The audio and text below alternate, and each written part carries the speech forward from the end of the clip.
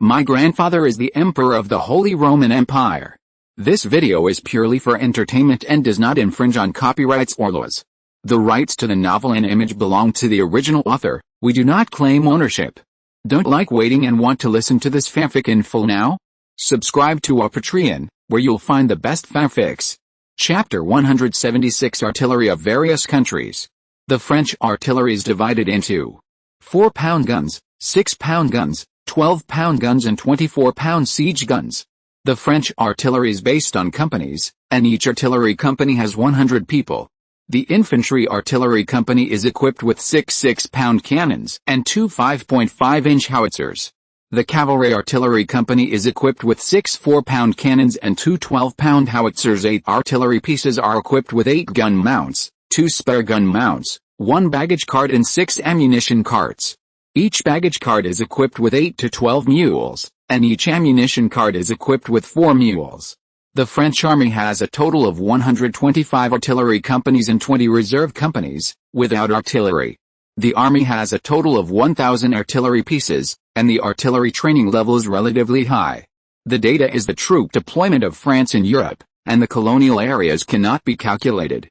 At this time, the main artillery of the French army was a 6-pound gun, with a maximum range of 1,350-1,500 meters, a rate of fire of 1-2 rounds per minute, and a gun weight of 1,500 pounds 870 pounds.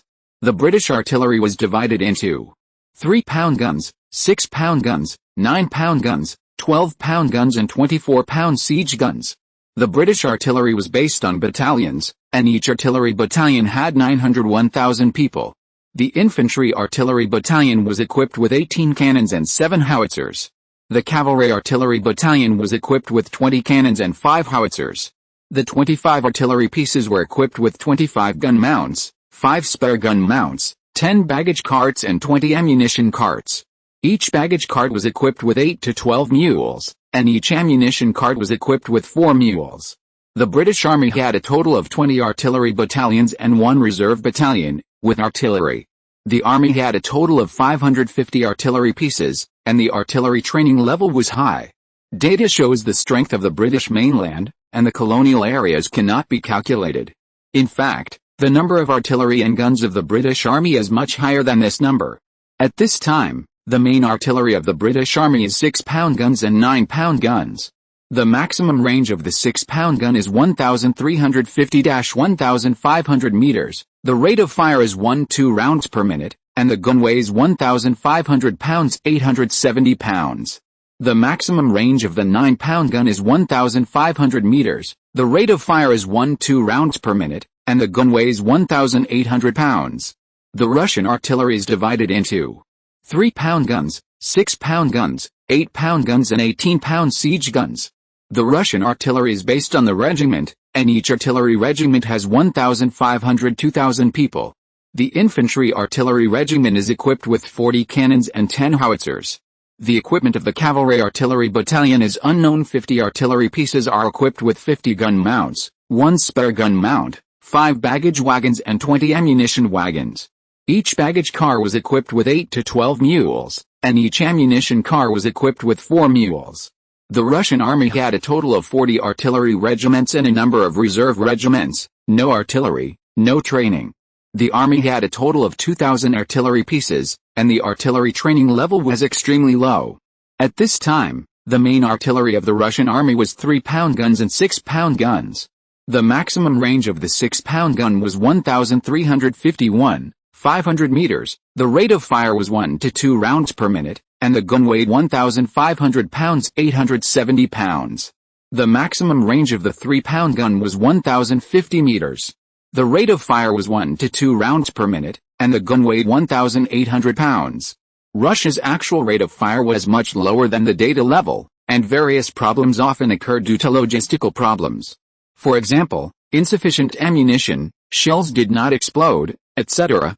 The Austrian artillery was divided into 3-pound guns, 4-pound guns, 6-pound guns, 8-pound guns, 9-pound guns, 10-pound guns, 12-pound guns, 18-pound guns and 24-pound siege guns, as well as various artillery of strange calibers.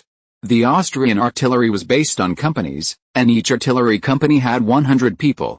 The infantry artillery company was equipped with 9 cannons and 3 howitzers. The cavalry artillery company was equipped with 12 cannons, and the Austrian cavalry artillery company had no howitzers. The 12 artillery pieces were equipped with 12 gun mounts, 2 spare gun mounts, 2 baggage carts and 12 ammunition carts. Each baggage cart was equipped with 8 to 12 mules, and each ammunition cart was equipped with 4 mules. The Austrian army had a total of 125 artillery companies and 0 reserve companies. The army had a total of 1,500 artillery pieces, and the degree of artillery training varied greatly. The latest novel was first published on the 69th book bar. At this time, the Austrian army had no main artillery, and the calibers were varied, so each cannon had to be equipped with an ammunition cart. Although the Austrian army had a large number of artillery pieces, most of them were antiques that were looted from everywhere. Austria had an independently developed M1839 rifled cannon with an amazing range of 3,000 meters, which was the longest range cannon in the world at that time. However, its accuracy was impressive, and the distance between the landing points of 2 shells could often exceed 100 meters. The firing rate was an amazing 5 minutes per round, and the burst rate was very good. Chapter 177, Better to be Neutral. You asked why the Austrian army did not put the cannons of the same caliber together, because they belong to different series. The Austrian army cannot interchange weapons and equipment for various reasons. The main difference between howitzers and cannons is the different trajectories of the shells after firing. The trajectory of howitzer shells is curved, while the trajectory of cannon shells is straight. These differences are caused by the different ratios of the barrel caliber and the length of the barrel. The cannon barrel is long, the trajectory is straight, and the range is long, but if there is an obstacle in front of the target, the shell will hit the obstacle and not the target. Howitzers are curved, and the trajectory is a parabola. To a certain extent, they can bypass the obstacle line and hit the target through a parabolic trajectory. The two types of guns have their own characteristics and are suitable for use in different occasions. Serbia, Belgrade Parliament Hall. Milos paced back and forth in the Parliament Hall, and Archduke Mihail was fiddling with the new toys he bought from Austria. A clockwork train, a standard industrial product. Although clockwork toys have been around for nearly 100 years, industrial production has only been around in recent years. Austrian factories can already mass-produce these toys, but in Serbia they can only be made by hand craftsmen. Stop playing, you are so old. Why don't you worry about the future of the principality? Don't you know that my father and I are being roasted on the fire? Milos shouted angrily. Father, the crabs in the pot cannot determine the water temperature. We Serbia are just a small country and cannot control our own destiny. The Russians, Austrians, and Ottomans will not let us go. All we can do is make life easier for ourselves and our people. What discouraging words. We Serbs will never surrender. We have defeated the arrogant Ottomans. Now we can take advantage of the contradictions between Austria and Russia. We can gain benefits for us Serbs. Father, you are going to follow the old path of the 17-member parliament. They follow the Russians. Do you think the Russians' knives are not good this time? I know you have frequent contact with the Austrians, stupid. I did that for the Russians to see. If the Russians want to buy us, they must pay enough. If we want to survive in the gap between Russia and Austria, we must not stand on one side, Milos explained. Then why don't we declare neutrality? The soul from Mihail asked, leaving Milos speechless for a while. Complete neutrality? How is this possible? Serbia is the key to the Balkans. How could Russia and Austria give it up? But can they really open up a new path in the gap between Russia and Austria with their own strength? Milos was a little skeptical that the new Serbian army he had built was vulnerable to the regular Austrian army. Valjevic, the invincible god of war in Serbia, is still missing. Although not all of the new Serbian army went to Nordsavi because of his obstruction. But even if all the new Serbian army was put into the battlefield, the possibility of changing the outcome of the war was still very small. If Serbia became a neutral country, although it would not have the protection of Russia, but it would definitely get the promises of the great powers, but it was hard to say how many of these promises could be fulfilled. Of course, for the sake of their own interests, countries would never allow Russia or Austria to annex Serbia. The great powers would check and balance each other, but it would be a delusion to completely liberate Serbia. However, given the current situation in Serbia, this might be the best choice. Milos began to re-examine his unlearned son, Perhaps he could really become a good Grand Duke and a good king in the future. As for why Mihoyo suddenly said such a thing, it was of course instructed by Franz. Franz really didn't want Serbia to continue to tie up the energy of the Austrian Empire. Let Serbia remain neutral and exist as a commercial transit station. This is completely in line with Austria's own interests. From then on, Austria can openly share the market in the Balkans through Serbia. Chapter 178 Mercenaries bring goods. War is a regression in human morality, but it is a catalyst for human progress. The Battle of Nordsave fully demonstrated the advantages of percussion rifles. The misfire rate of old-fashioned flintlock rifles is 1/7, while that of percussion rifles is 1/200. The Serbian army's lack of confidence in their weapons resulted in an extremely low first-shot hit rate. Too low a first-shot hit rate seriously reduced the army's self-confidence, and at the same time greatly increased the confidence of the other side. A high misfire rate will also affect the army's sustained output capacity, although the Serbian army collapsed in a short period of time. The poor performance of the flintlock in this battle made the Austrian army determined to fully replace the percussion rifle. The standard equipment of the Austrian army is the M1831 percussion rifle, but it has not been fully equipped due to funding issues. The Austrian Nepal M1831 muzzle-loading smoothbore rifle has a caliber of 18.1 mm, a weight of 5.4 kg, and a length of 131 cm. The maximum range is 2,500 yards and the accurate range is 100 yards. At that time, the design concept of Austrian military industry was large caliber and long range, whether it was rifles or cannons. But at the same time, due to funding constraints, rough workmanship and high failure rate became synonymous with Austrian weapons. Franz opposed selling weapons in large quantities to civilians. He did not like American freedom, happy America, gunfights every day, but it was no problem to sell them to the military and civilians of other countries suffering from war, such as the Central American Federation that was being ravaged by war. Colonel Karen's expeditionary force could just deal with these Austrian garbage that he didn't need. Pablo Buitrago, leader of the Central American Federation Unification faction, governor of Nicaragua, had no reason to refuse. Because Nicaragua had almost no industry, it was impossible to arm an army on its own. At the same time, a peaceful and unified Central American Federation was not what the surrounding political powers wanted to see.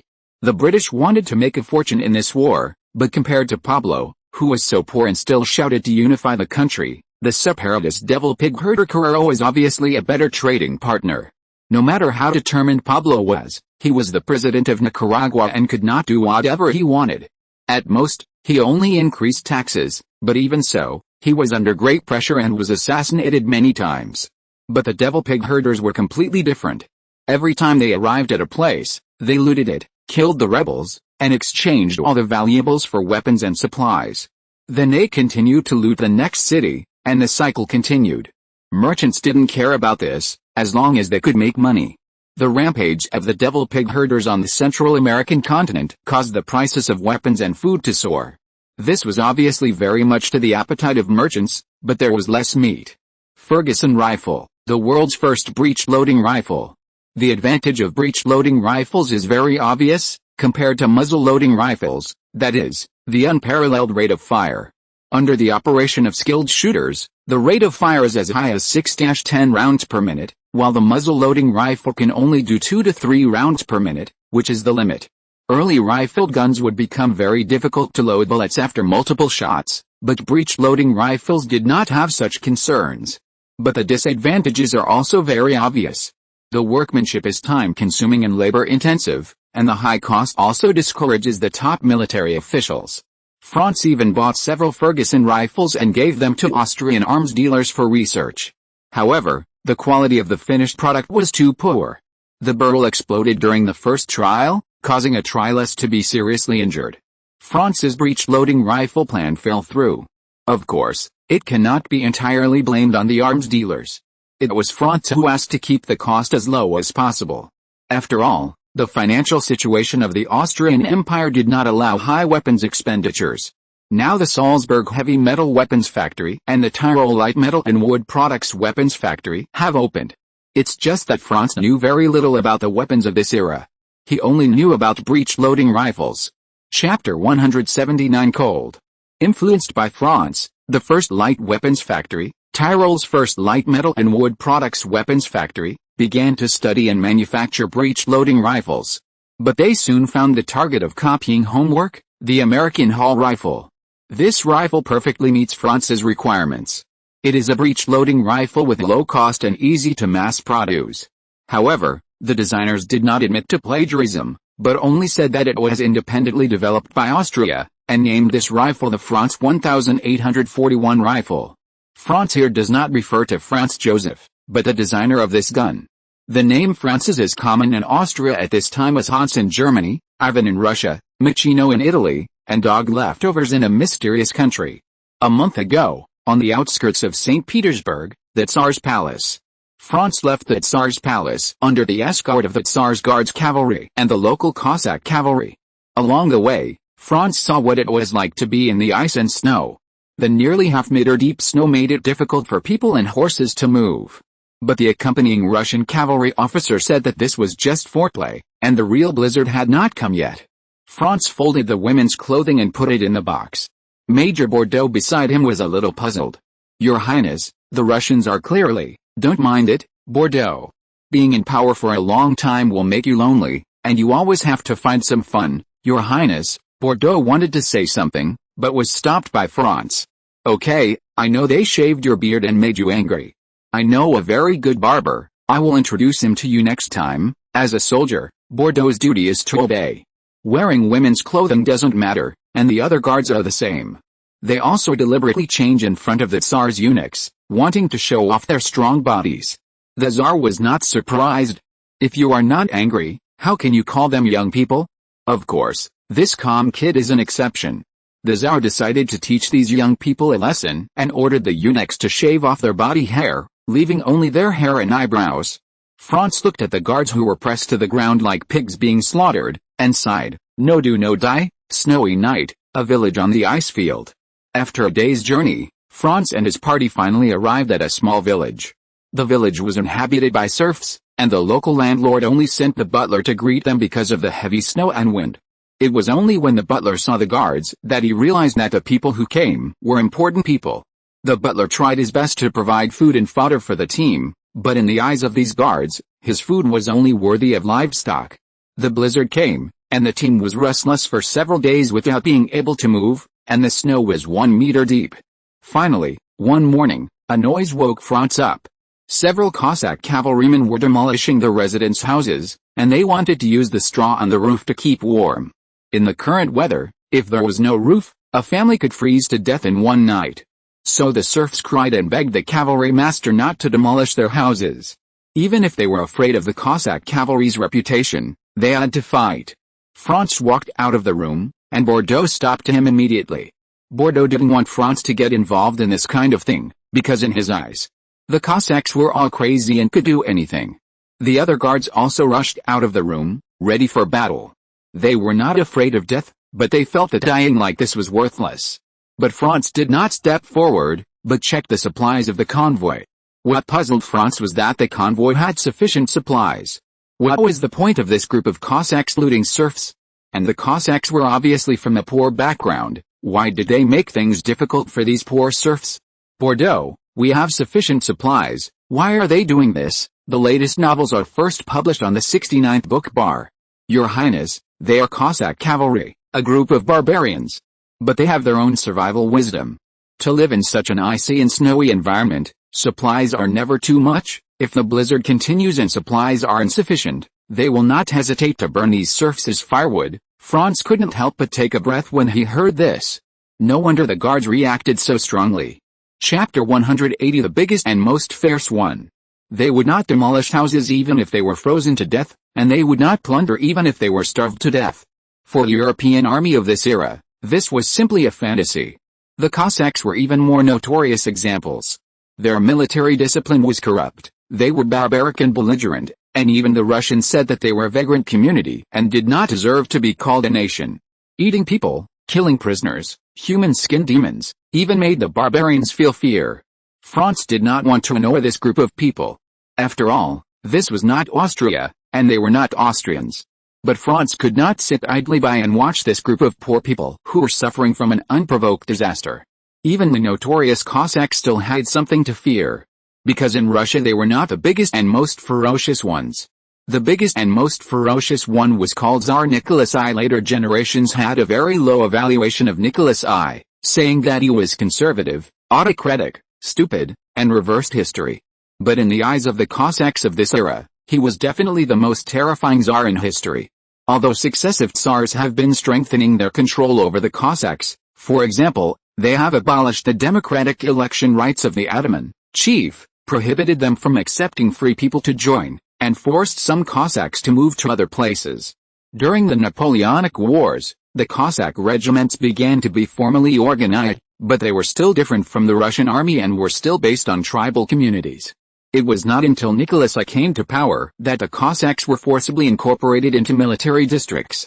In the second year of Nicholas I's reign, he invited the Cossack leaders around the Don River to St. Petersburg to receive rewards. This is a Russian tradition. Every newly enthroned Tsar will use this to win over the Cossacks. The Cossack leaders also tacitly understood, and only the leader of the largest Mahuta tribe did not come. Mahuta's idea was simple. He had 5,000 Cossack warriors and was the most powerful tribe in the Don River. He deserved more, right on the spot, but what he waited for was not an envoy with gifts, but Nicholas I's Guards cavalry. The Russian army attacked the tribe with a powerful force of 32,000 troops, and the most powerful Cossack tribe in the Don River basin was quickly wiped out. The massacre lasted for a week. When the Guards cavalry returned with the heads of Mahuta and his 6 sons, the leaders of the Don Cossacks were horrified. A Cossack leader stood up to accuse the Tsar and asked the Cossack leaders present to resist the Tsar's atrocities together. But he was captured on the spot, and Nicholas I broke his saber in front of him. Nicholas I, who was 1.9 meters tall, was already burly, and at this time he looked even more ferocious and terrifying. In front of the Cossack leaders, Nicholas I cut off the head of the Ataman, who jumped out to make trouble with a knife little by little, and put it together with the heads of Mahuta's family. The following year, the same thing continued to happen, and the rebellious tribe was completely wiped out. In the same year, the Ataman system was completely abolished in the Don River Basin, and the Don Cossack military district was established. Since then, more than 10 Cossack military districts have been established in Russia. And Russia's control over the Cossacks has reached a new height.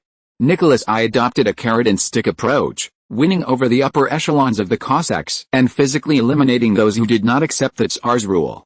The ones who contributed the most in this process were the Tsar's Guards cavalry. Franz walked up to the Guards cavalry officer who was watching coldly and took out a bag of rubles. The Guards cavalry officer looked at the money in Franz's hand and smiled. "Grand Oak Franz, you want us to help you fight for just this little money? You have to pay more than this to watch a show at the circus. You should know that the Cossacks on the other side are very fierce and specialize in eating children. I'm not hiring you to fight, I'm buying those serfs. They are my property now." His Majesty the Tsar said that his Guards cavalry will use their lives and honor to protect the lives and property of me and my guards. The Guards cavalry officer was defeated, and the Guards cavalry next to him laughed. Franz threw another purse to the officer, which was full of gold coins. "This is what you drink, okay? No one can threaten your property." The officer turned around and raised his whip, waving it at the laughing guards around him. "Damn, what are you laughing at? Hurry up and get up and work." The latest novel is first published on Luigi 9 Shuba. Thanks to book friends 2102108062327111729 and Luigi Chuan for their rewards, and Sanbaichuan, Dawn76, Juan Jiangson, and Bad Sima for their monthly tickets. Chapter 181. Prepare to hurt each other. A group of Guards cavalry in white uniforms immediately took action and surrounded the Cossack cavalry. The Cossacks, who were so arrogant just now and shouted for war and killing, suddenly lost their arrogance. The serfs knew that the Cossacks were already cruel enough, but these white-clothed ones were even more terrifying. So much so that the serfs and Cossacks wanted to hide behind each other and let each other stand in front. "Serf, brother, draw your swords, let's fight together." "Cossack, shut up, I'm not going to die." In Russia, serfs can only be used as collateral, not bought and sold. But land can be bought and sold, and Franz directly bought a small piece of farmland. Of course, if Franz wants to take the serfs away now, the local landlords will not stop him. After all, Franz was escorted by the Guards cavalry, And in Russia, people who can be escorted by the Guards cavalry are definitely not something a country landlord can afford to fend. After entering Austria, Franz arranged these serfs in a royal manor in Galicia. The peasants in this manor are all Yuruks, the ancient name of Ukrainians. The Uruk language of this era is not much different from Russian, and they can communicate with each other. It's just that these Russian serfs who have just come from the ice and snow are still not used to the warm climate and peasant identity of Galicia. St. Petersburg, Winter Palace. Alexander was lying on the table board, pulling out an expensive potted plant. Princess Anna tried to attract his attention, but failed. So she walked to Alexander and sat down, patted his shoulder and sighed in a mature manner. "What? Broken heart? Tell me and make me happy." Alexander glanced at the little lolly next to him who called herself old lady and said unhappily, "I thought your shoes were stolen, but it turned out to be your heart. You want to get the news but you are so roundabout. Are you still a man?" Alexander had an expression that saw through everything. "Humph, no. No," Anna denied eagerly. "I just want to know if he's frozen to death outside. There's a snowstorm recently, and it's going to be very cold." "Oh, it's so cold, why don't you knit a sweater?" "But with your level, I'm afraid knitting a pair of socks will be a problem. He's already in Austria, and he bought 50 girls on the way to keep him company." "What?" Anna's eyes widened. "Just kidding, this guy bought 50 serfs who are almost frozen to death to go to Austria. According to the cavalry officer who was traveling with him, it was because the Cossack guides demolished the serfs' houses for fuel.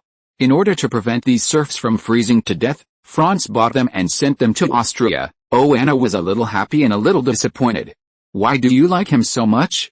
Don't you know that this guy specifically asked Anna to study in Austria?" "Ah, that bumpkin. How can she be worthy?"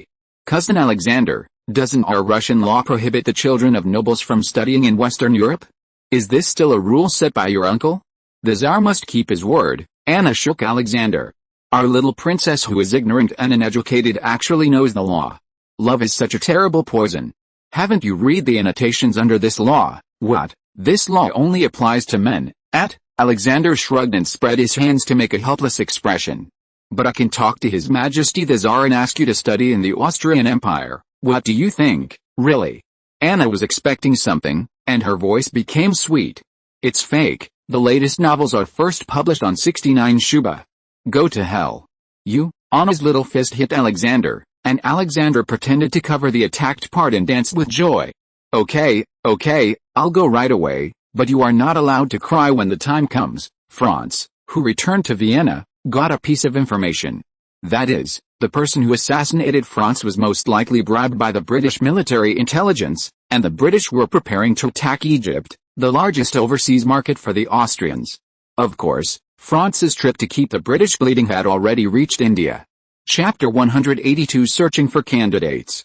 A few months ago, an American, Angus, was beaten up by Franz in Vienna and then arrested by the Austrian secret police. After being inhumanely tortured, he successfully persuaded a secret police chief. With the help of this chief, he met Franz again. Major Bordeaux executed the secret police chief on the spot.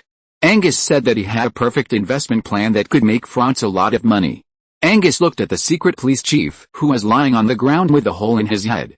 He knew that if he couldn't persuade Franz, his fate would be the same. In fact, Bordeaux was going to execute Angus directly, but was stopped by Franz. Franz wanted to know what new tricks this eloquent guy had. But to Franz's disappointment, Angus was still talking about a Ponzi scheme.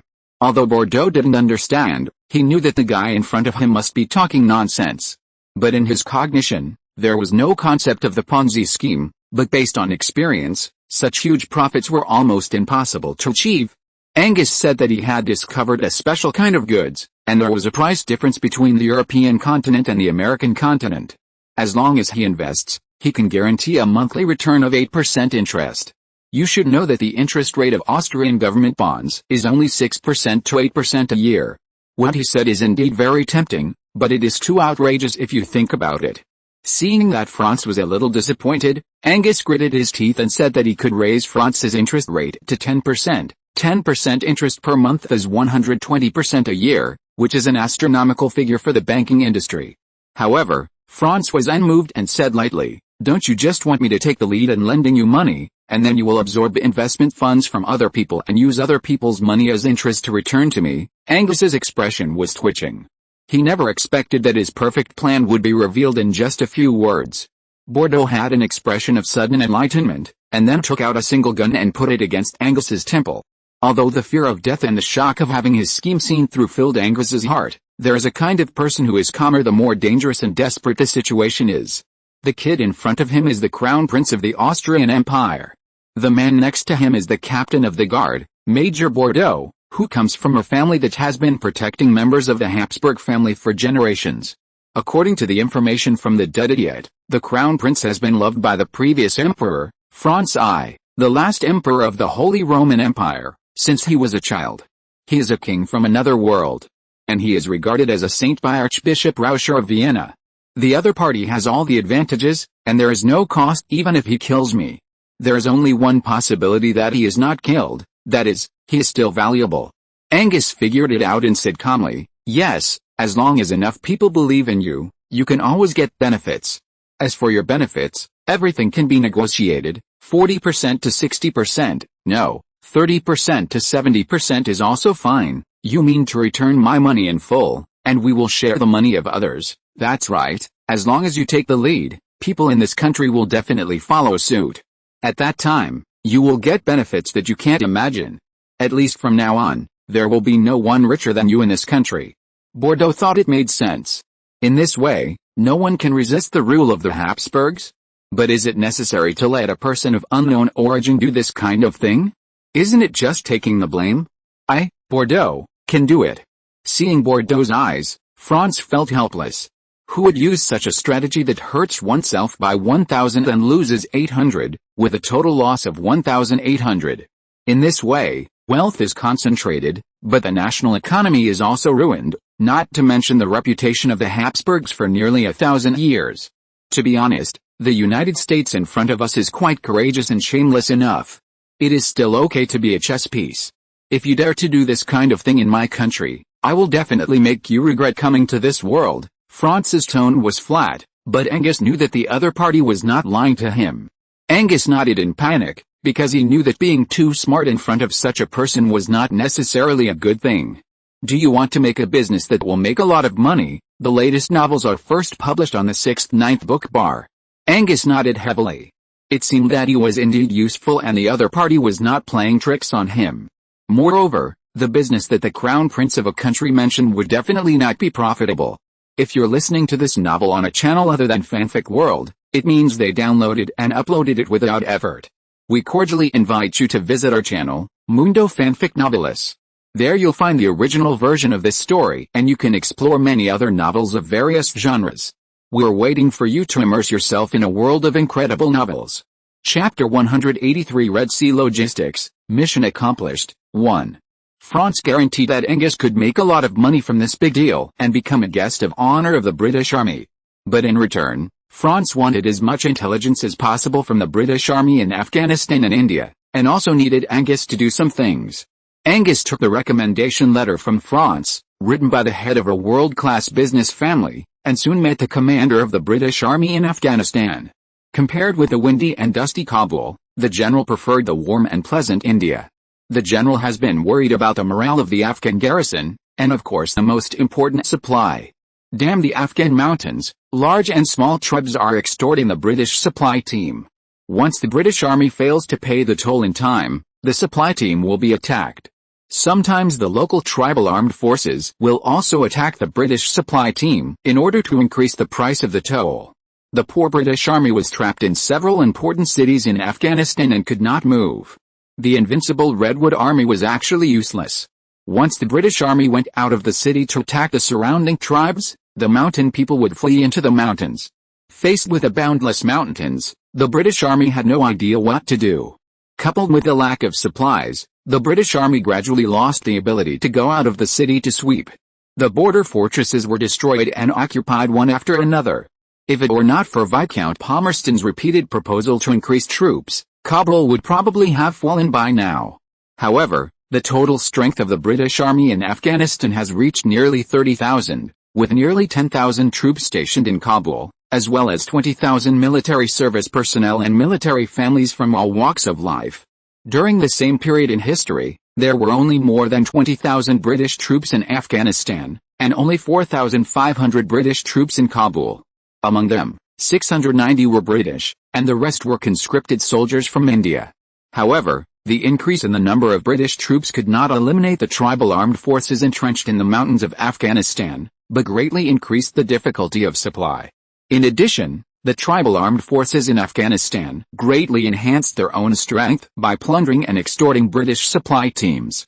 This put the British Army's predicament in Afghanistan into a vicious cycle: increased troops, insufficient supplies, bribe tribal armed forces, strong tribal armed forces, insufficient troops, increased troops. Angus said straight to the point that he could solve the British Army's supply and morale problems, but his price was 5 times that of the Indian transport team. £100,000 a month is really scary, but considering that the British Army has spent nearly £20 million in Afghanistan before, the figure of £100,000 does not seem so scary. At the same time, Angus also expressed his willingness to provide a bribe of £100,000 a year, which made General Cotton even more relieved. Kabul was taken almost without bloodshed, and the Afghan king thus was captured. Such a groundbreaking achievement has been overshadowed by another war in the East. Later, he was almost dismissed because of the guerrilla problem. Now it's time to take back what should belong to me, General Cotton thought. Angus was good at observing people's words and expressions, and soon discovered General Cotton's weakness. He boasted about General Cotton's achievements with great eloquence, and pointed out that it was only because of the season that the British Army was unable to move forward in Afghanistan. When the ice and snow melted in the spring, the roads would be unblocked and the British Army could continue to clear out the tribal armed forces in Afghanistan and establish strongholds along the way, thus achieving long-term rule over Afghanistan. General Cotton was very pleased to hear this. Such an outstanding young man, with strength, courage, financial resources, and strategic vision. The key is that he also understands the ways of the world. The British Empire needs you. Although I was born in the United States, I have always wanted to serve the British Empire. The British Empire is my motherland. Angus was so excited that he almost cried, and his eyes were squeezed red. General Cotton patted Angus on the shoulder and said, "Young man, if you can fulfill your promise and deliver the supplies to the Kabul garrison, I will appoint you as a major in the Rangers. When the war is over, I will definitely ask London for credit for you. If I become rich, I will never forget your kindness. At that time, I will write a book for you to prove your claim, General Cotton." Angus also held General Cotton's hand tightly. Anyway, blank checks don't cost money, and both sides threw them at each other crazily. The latest novel is first published on Liuji 9 Shuba. Thanks to book friend 20200304212433727 for the monthly ticket. Chapter 184 Red Sea Logistics, Mission Accomplished, 2. Angus left the headquarters, and he got the order smoothly. Because of the cruelty of the Afghans and the bitter lessons learned many times in a row, all the caravans who were lucky enough were unwilling to touch this hot potato. However, Angus was very confident about transporting supplies to Kabul this time. His confidence came from himself.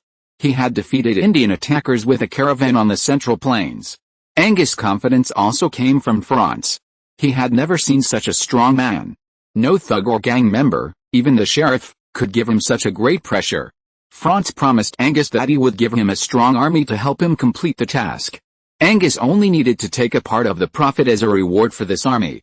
However, when Angus saw this army, he couldn't help but be a little surprised. It was completely incomparable with the Vienna Royal Guard, and even worse than the Vienna Gendarmerie. At a glance, you can tell that it was a group of farmers or refugees. These people held a variety of weapons, tied red scarves and had a torn cloak hanging behind them. Angus had never heard of the Red Sea Company. Although Franz had assured Angus that this unit was absolutely capable of completing the mission and protecting his life, Angus was still worried. On the one hand, even the British Empire's army could not guarantee the safety of the supply team, let alone this mercenary group whose name he had never heard of. In Angus' mind, it seemed that the Swiss mercenaries were the strongest in the world.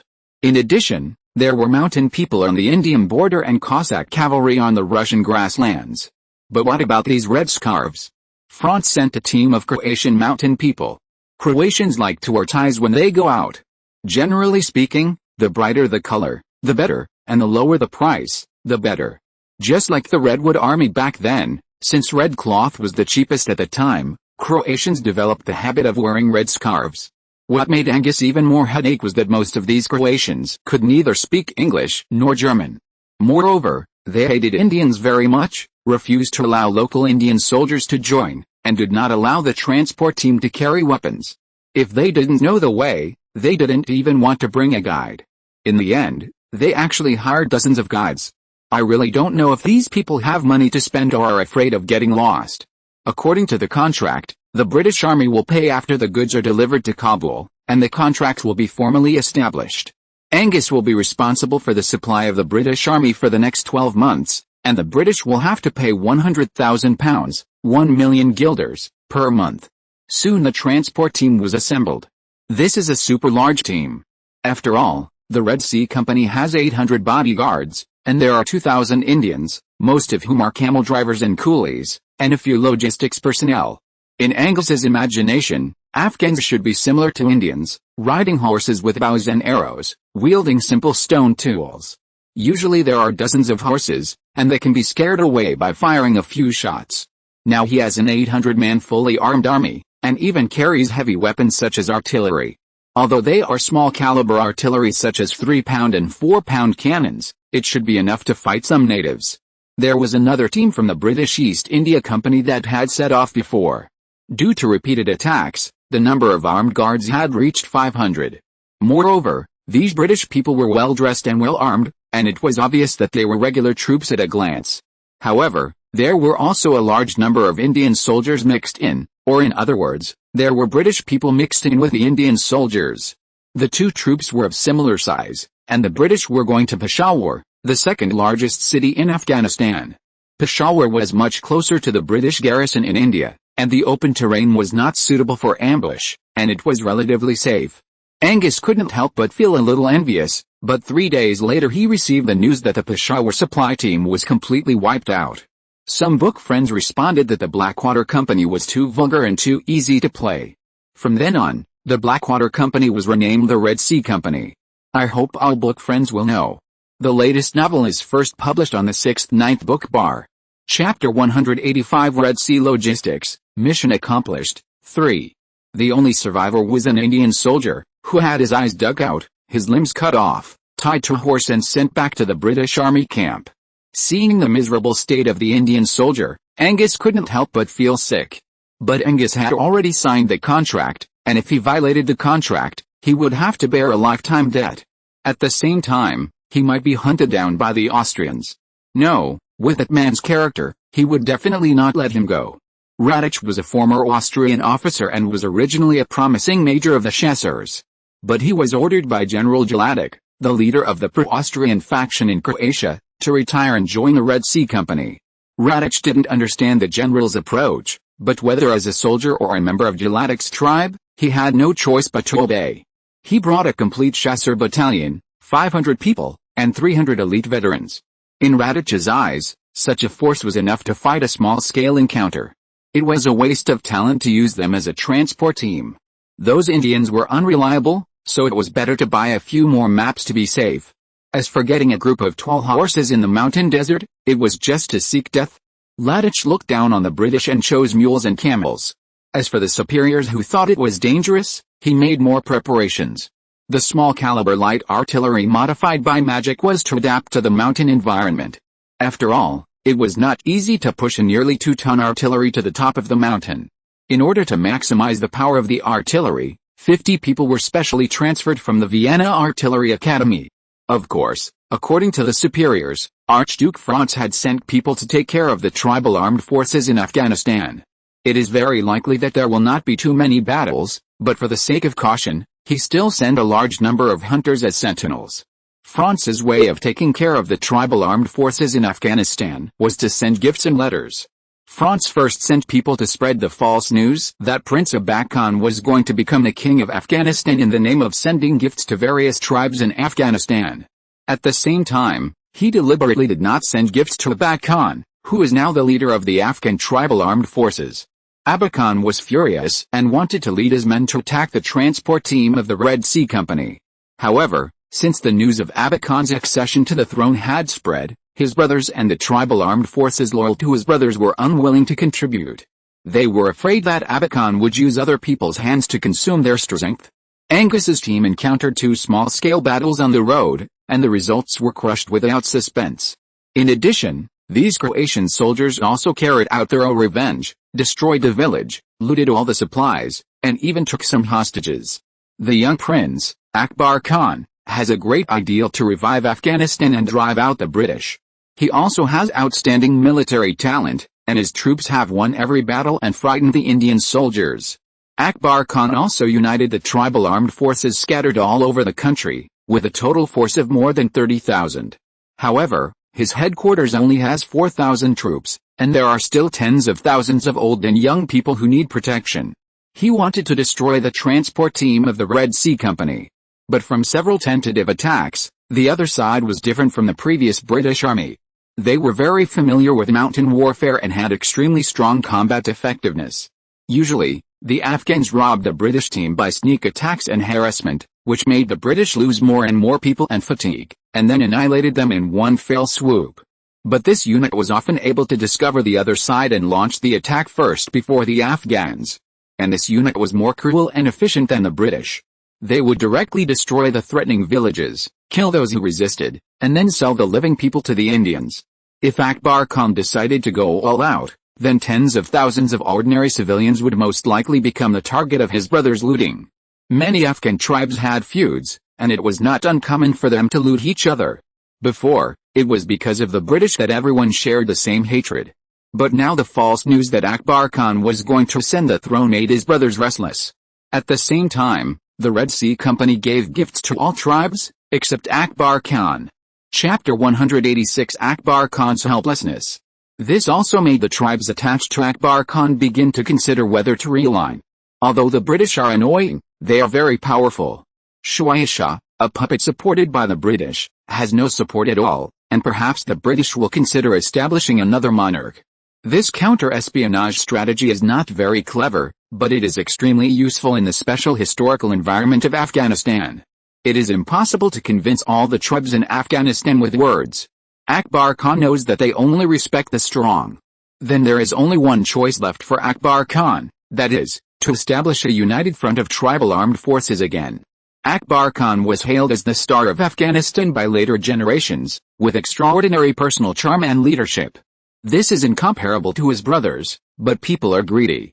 Akbar Khan's brothers saw that Akbar Khan's troops did not move, and they became more timid. Only occasionally did they hear that a small tribe was completely wiped out because of attacking the Red Sea Company's transport team. As for other British transport teams, they are still fat sheep in the eyes of Afghan tribal armed forces. The reason is very simple. First, the scale. Angus's team has 800 armed guards alone. If they encounter danger, those Indians will choose to take up arms to resist.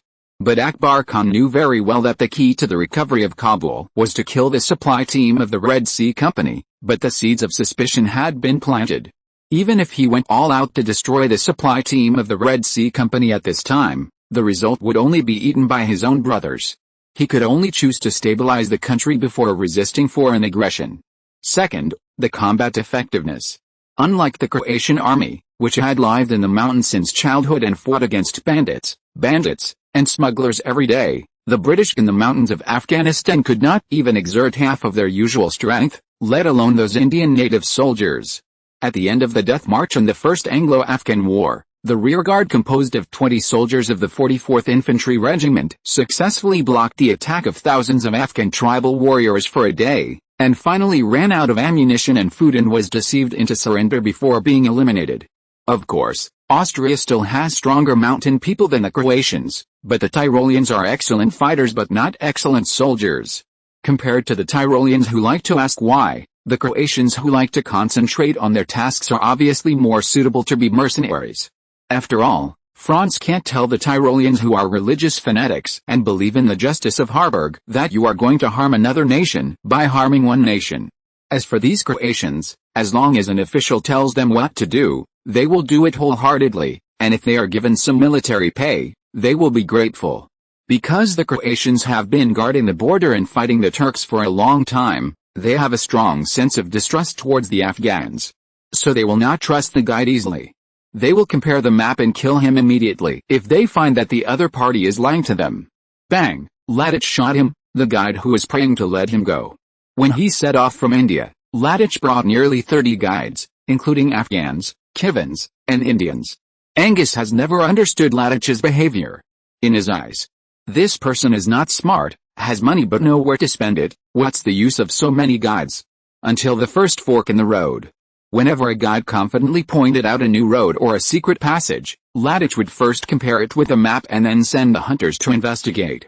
Once a suspicious or enemy was found, the guide would be executed immediately. 23 guides had been executed along the way. The guide who was just executed was attacked by 500 Afghan bandits during the operation because of the wrong route. He pointed out 5 of the 10 hunters died on the spot, and another died of serious injuries after returning to the team. The remaining 4 also had varying degrees of minor injuries. Since the bandits occupied the valley entrance and were high above, Ladich had no choice but to take a detour. The cost of a strong attack was too high, and taking a detour would waste a lot of time.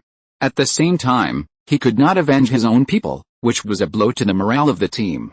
However, his long military career had taught him to give up. Since this place was very close to Kabul, Angus was not as nervous as before, and he began to think about how to win over these people. After all, it would be great if such a strong and professional team could become his private armed forces. Mr. Radek, tell the brothers not to be discouraged. Someone will avenge us. Who? The British. Thanks to the book Friend Leader for the Iron Reward monthly ticket, the latest novel will be released on the 69th book bar. Chapter 187 Involution. Huh? Why would the British help us get revenge? This place is very close to Kabul. The British who got supplies couldn't hold back their anxiety. It's such a shame to be trapped in the city by a group of natives and dare not go out. Angus said so. Radek also thought it made sense. But when they entered Kabul, they found that the British army here was welcoming them with bottles of wine and prostitutes. The glory of the soldiers? Shame has long been forgotten by these people. The local garrison commander, John Keane, after receiving the letter from General Cotton, he immediately opened the treasury and handed over £100,000 to Angus, and warmly entertained all members of the Red Sea Company's transport team, providing them with food, wine, women. Lieutenant General John admired Angus's adventurous spirit and the group of American cowboys he brought. Angus took the opportunity to state his other purpose, that in order to ease the mood of the British Army and improve its combat effectiveness, an opioid treatment center should be opened. Lieutenant General John was a little opposed at first. After all, the taste of this stuff was a bit strange and did not suit the British appetite. But after taking 2 puffs, he felt a little ecstatic. He began to understand why some people like this stinky thing. Angus seized the opportunity. Mr. Lieutenant General, did you know that Lord Palmerston is also opening an opium treatment center? Do you know why? Lieutenant General John was excited. Oh? The foreign minister also likes this. No, because it is very profitable. Believe me, this thing will not only make you energetic, but also make you a millionaire. Millionaire? Haha. That depends on you. It is obvious that Lieutenant General John is a little drunk. Angus raised his glass. To conquer Afghanistan, 3 guns, not 1 less. Cheers to the British Empire. Lieutenant General John also raised his glass. Let's cooperate happily. Lieutenant General John clapped his hands and called in his prostitutes and lovers. The guards were very tactful to close the door from the outside. Radek and his men started a crazy shopping spree. To be honest, they had never had so much money. However, the accompanying Red Sea Company employee Delaert stopped them and told them that there were so many poor compatriots in their hometown. Delaert was apparently Ladich's deputy, but in fact, Franz specially selected him from the secret police. He asked him to follow Ladich so that he could do ideological work for this group of people. After all, what Franz wanted was not a mercenary, but a pair of Austrian black gloves. If they only talk about interests, it is easy for them to go to the other extreme. Hometown, motherland, belief in religion, and loyalty to the royal family are the shackles that prevent them from becoming beasts. Long-term combat life can easily make people suffer from PTSD, but it would be better if they have strong beliefs to support them. Of course, there was not much attention in that era, and proper relaxation was also necessary. It's just that these Croatians have been stationed on the border for a long time and dealing with the Turks, They did not disperse, but gathered in the hotel where they stayed. Some people are reveling, and some are responsible for sentry and garrison work, and the two groups alternate. Akbar Khan was extremely depressed at this time. His two most capable generals failed in two sneak attacks on the Grey Whites. Croatian hunters wore grey or khaki clothes to hide themselves in the mountains of Afghanistan. The first time they planned to use the mountains of Afghanistan to ambush, but Akbar Khan's cavalry, who came from afar, was discovered in advance by the hunters of the Red Sea Company. Instead, they were ambushed by the Red Sea Company and finally escaped, leaving behind 200 corpses. The second time they captured two Red Sea Company hunters and wanted to use them as a threat. But Latich immediately introduced hundreds of Afghan prisoners and demanded a one-to-one exchange of prisoners. After being rejected by the Afghan side, Latich began to shoot the prisoners. In the end, the Afghan side had to release the two Red Sea Company hunters in exchange for the other side to stop killing prisoners. When the news reached Akbar Khan, he couldn't help but sigh. Who are the bandits? The latest novels are first published on 69 Shuba. Then the news came that the tribe that captured the Red Sea Company's hunters was wiped out, and at the same time, the information about the Red Sea Company's transport team was also received. According to the intelligence, this is a group of bandits from Europe. Akbar Khan sighed again. These days, how come bandits are also starting to roll inward? Chapter 188 Disappointment. War Minister Tyrrell slammed the table angrily. They are robbing. What did these damn guys do? It took 3 months to assemble the troops. They didn't fire a single shot, so why should they ask for money? They immediately blocked the Szeged fortress to prevent refugees from entering. Count Kolarov, Austrian Empire, finance minister, said lightly. He was watching the show and was not afraid of trouble.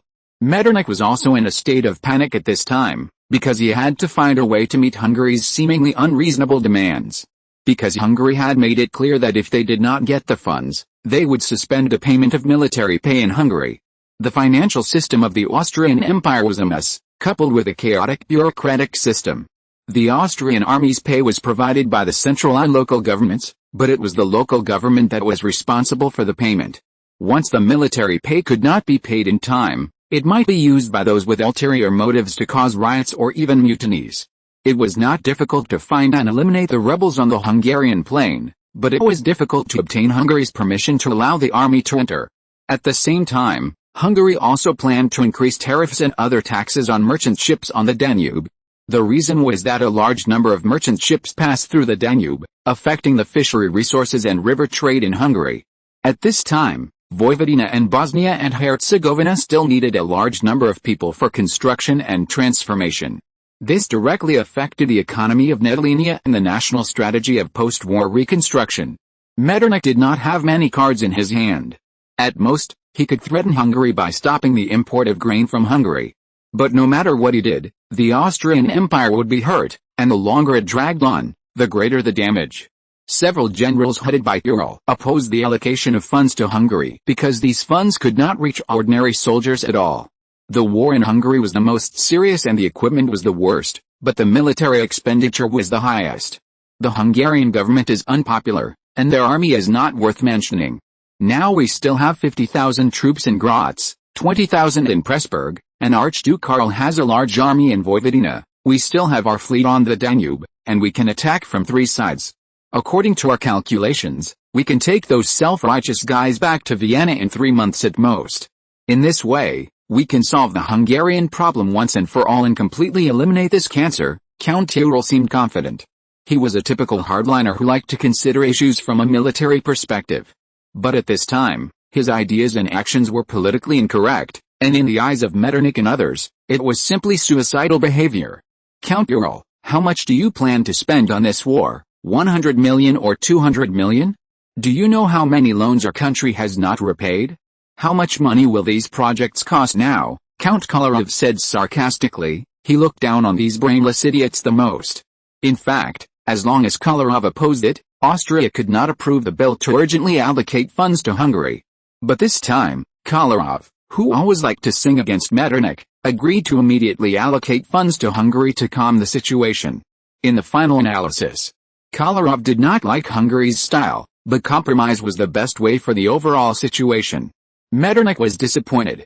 The authority he had finally established would be gone after this compromise. Kolarov was also disappointed because he missed a good opportunity to overthrow Metternich.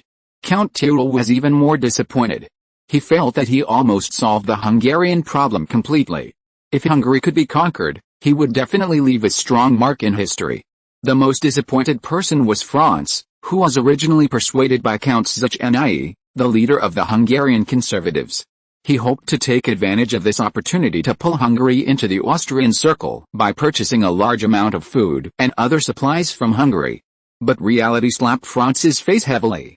Thanks to the book-friend leader for his steal, book-friend 201804091759395111, and Rudolph of Habsburg for the monthly ticket.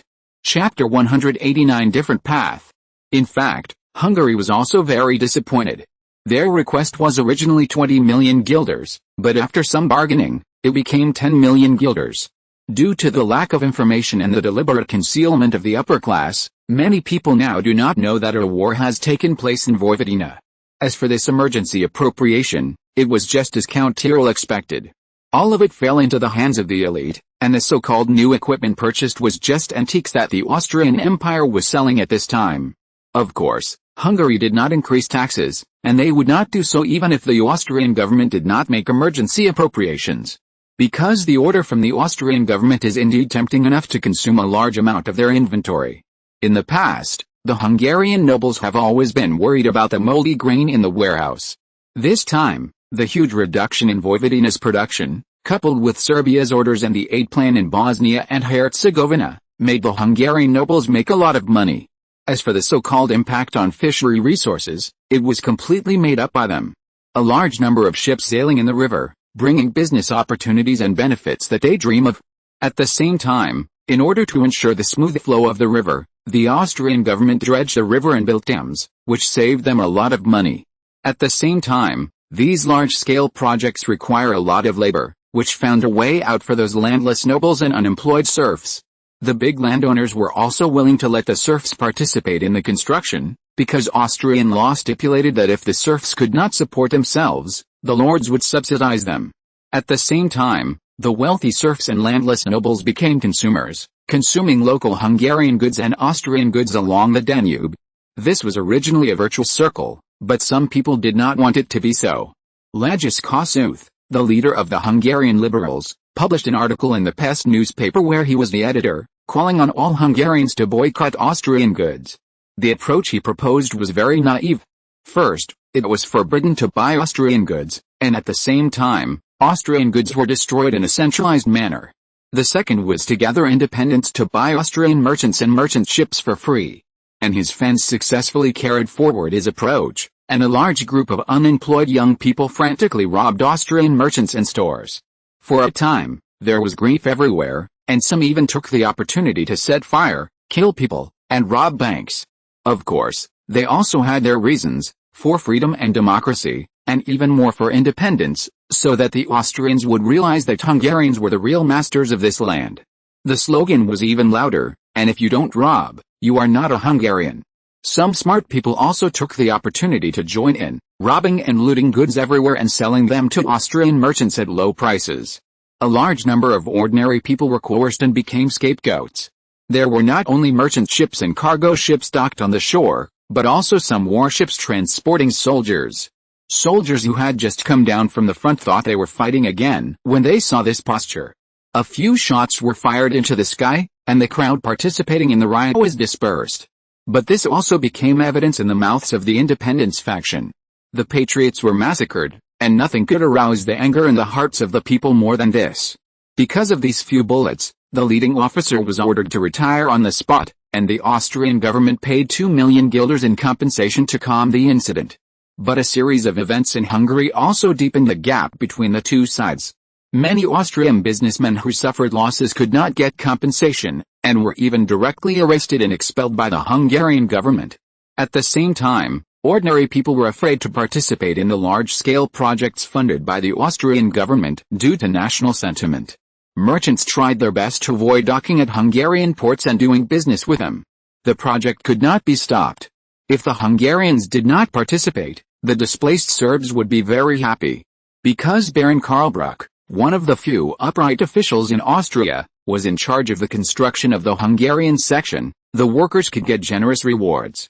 Even the gypsies who wandered around for a living came in large numbers to share a piece of the pie, not to mention the Serbs who had just lost their homes.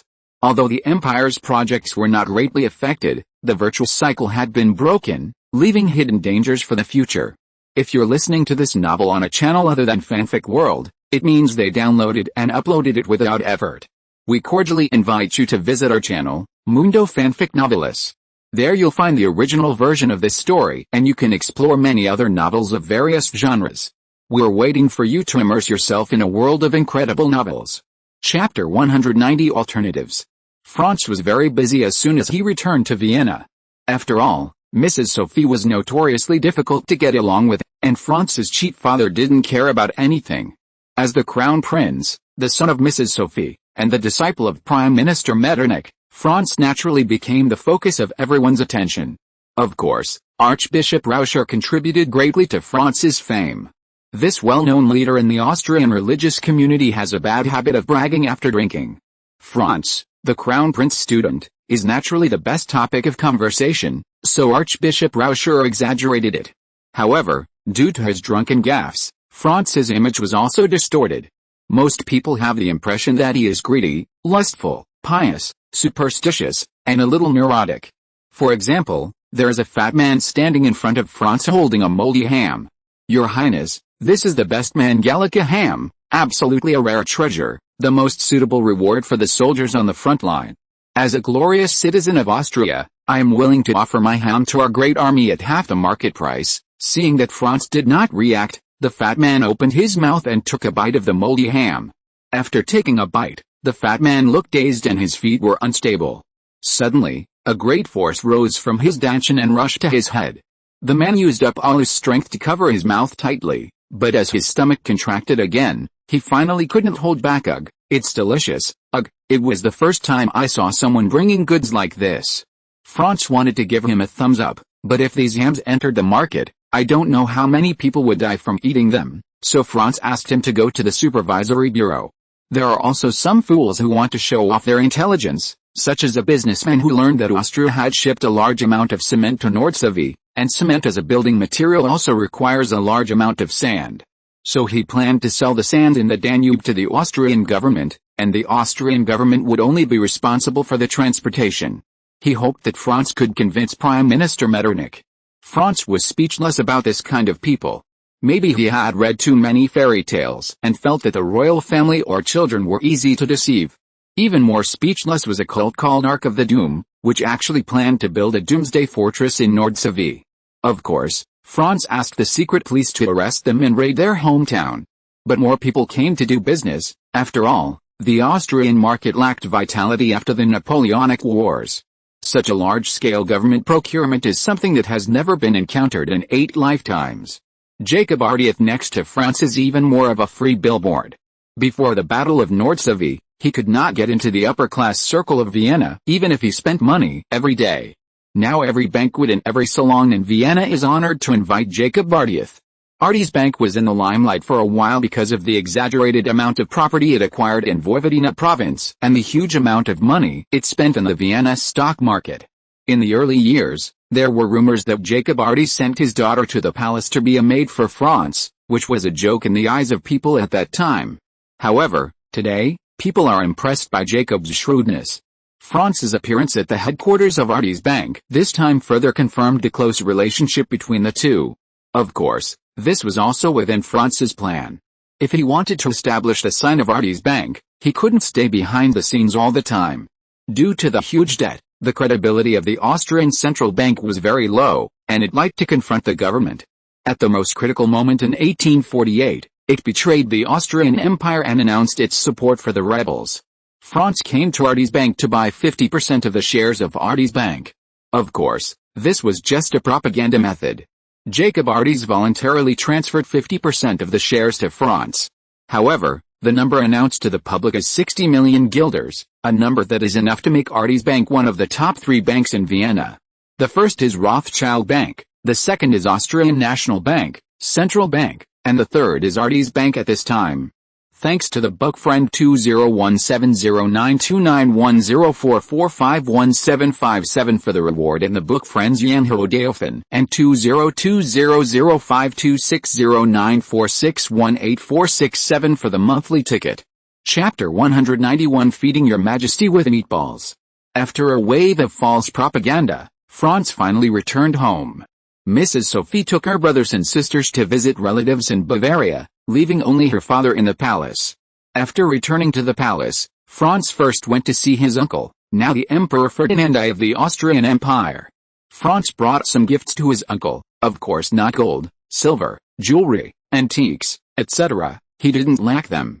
Franz brought a Russian chef, and the chef was best at making croquettes. What Franz brought today was the croquettes made by the Russian chef. When he opened the special box, the fragrance was overflowing. What he brought to Queen Anna was a string of precious jewelry and a rare white fox fur. This kind of waste of money and tacky things are exactly what Queen Anna likes.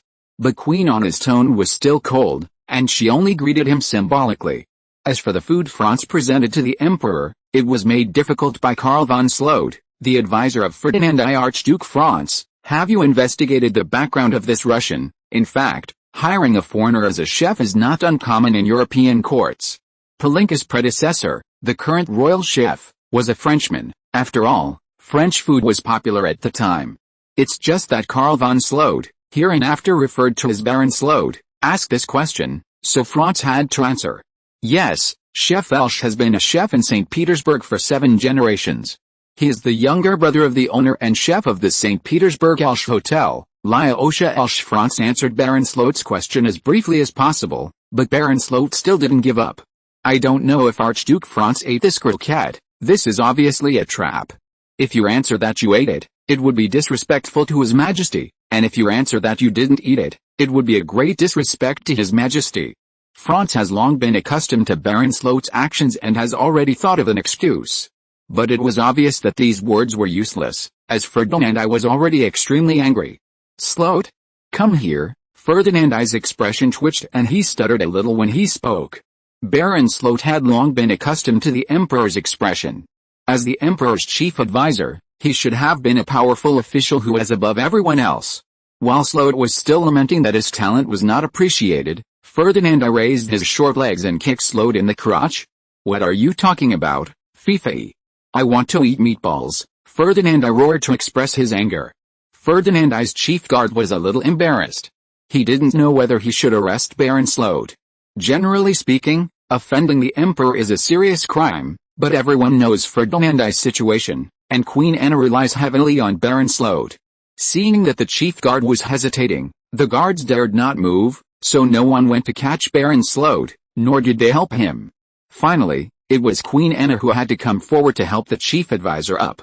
Dear Baron Sloat, this is for your own good. Get lost, bad woman. What does it have to do with you that my nephew brought me meatballs?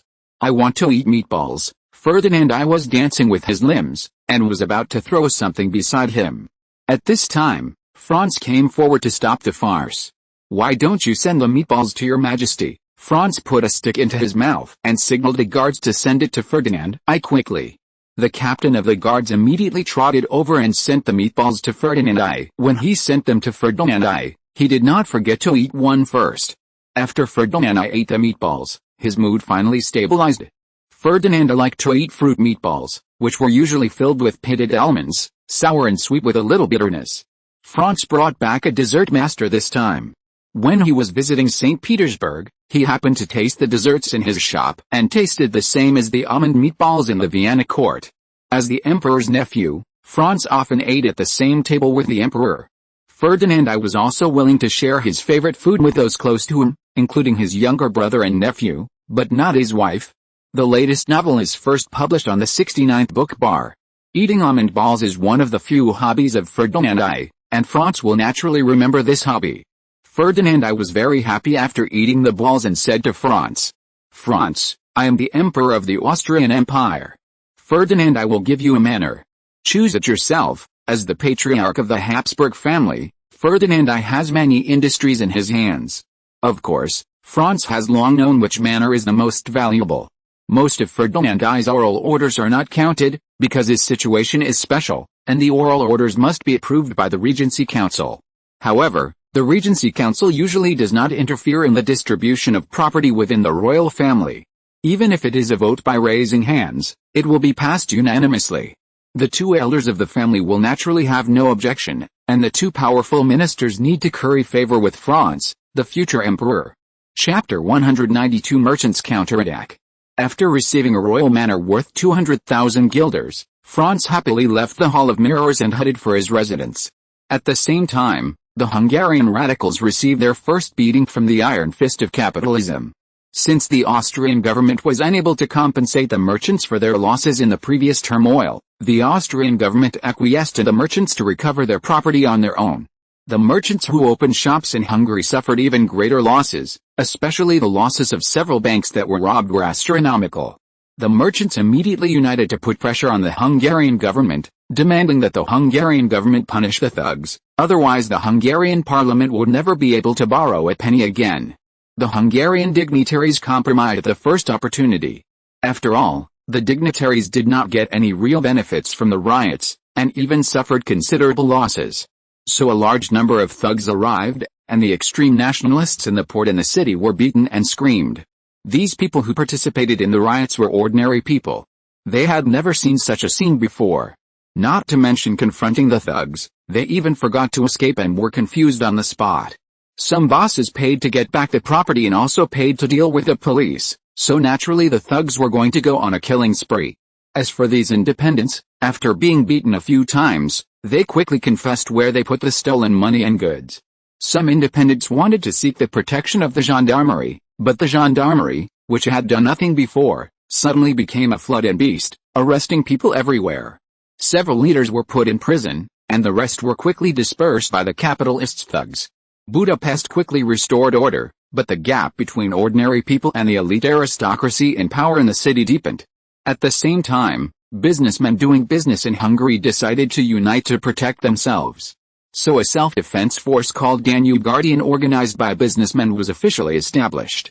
Of course, this so-called Danube Guardian can only act within Hungary. If you dare to appear in Vienna or other Austrian cities with a gun, you will be arrested. As for Kossuth, the initiator, he was also attacked by the capitalists' thugs and thrown into the manure pool. Fortunately, his fans discovered it in time, otherwise the hero would have died here. As for the merchants' unrecoverable losses, they did not have other ways. That is to unite to raise prices. After all, the wool always comes from the sheep. The Pest newspaper that spread malicious remarks was also ordered to be closed, but this time the pot was thrown on Prime Minister Metternich. Because the Pest newspaper was planned and organized by Metternich, and Kossuth's position as editor-in-chief was also appointed by Metternich, but the purpose was to win over the leader of the independence faction. Metternich is a fool, and the Austrian Empire will be destroyed in his hands sooner or later. Is Metternich a spy for the French? These two topics became the most discussed topics in Vienna cafes for a while. At the same time, the stupid comic newspaper with the largest sales in the Austrian Empire published a huge cartoon of Metternich taking money in one hand and slapping his face with a shoe in the other hand. Cafes in Vienna, similar to pubs in other countries, are important channels for the spread of information. Ordinary people do not learn about national affairs through newspapers or government propaganda, but usually cafes and churches. As for why there are newspapers in Austria, which implements the Boken newspaper censorship system, dare to openly publish cartoons satirizing the Prime Minister of the Empire. The reason is very simple. The behind-the-scenes boss of the stupid newspaper is Count Kolarov.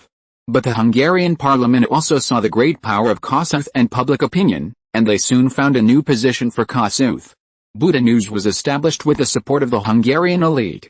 They only gave Kossuth one task, which was to blacken Austria. According to the previous experience of the Hungarian parliament, as long as Austria is blackened to a certain extent, Austria will take the initiative to send money, food and rights. Of course, if it is blackened too much, Austria will threaten to liberate serfs. In fact, a large part of the current problems is caused by the small amount of updates. There should be changes after the Chinese New Year. Thanks to the book Franz Leon Ichwan, 2020031171101538 Ziyu Jeguzujun, Yan Hodeo Fan, Zhang Shujian Show 233, Dawn 76 for the monthly tickets. and the recommendation tickets rewarded by all book friends. Chapter 193 Ruthna's Crisis, Part 1. Vienna, Schönbrunn Palace. Franz was a little puzzled. How come no one came to greet him when he came back? It was fine that Sarah had asked for leave to go home and rest for a few days. It was also understandable that Maya was a road idiot and had no idea what was going on. The problem was, why didn't Ruskner come? Was it all infected by Maya? Having a carefree person around could help adjust the atmosphere. If everyone was like this, wouldn't Franz be exhausted to death? Franz was still thinking in his heart, when suddenly Teffy ran over. Franz, out. Teffy was obviously running a little too fast and was a little out of breath. What happened? Speak nicely and try to talk like an emperor, or I'll beat you up. Strictly speaking, Franz felt that nothing would really happen. It was probably just some trivial matters, but who could blame Teffy for being so petty and caring about everything? Edward. Teffy took a few breaths and continued, Franz, come quickly. Maya and your father have been drinking at the door of the study. They have been drinking for several days, huh? Franz was a little confused now. What is going on? It is totally illogical. Maya was drinking with Franz's father, and at the door of the study, and she had been drinking for several days. Edward, what's going on? Franz asked.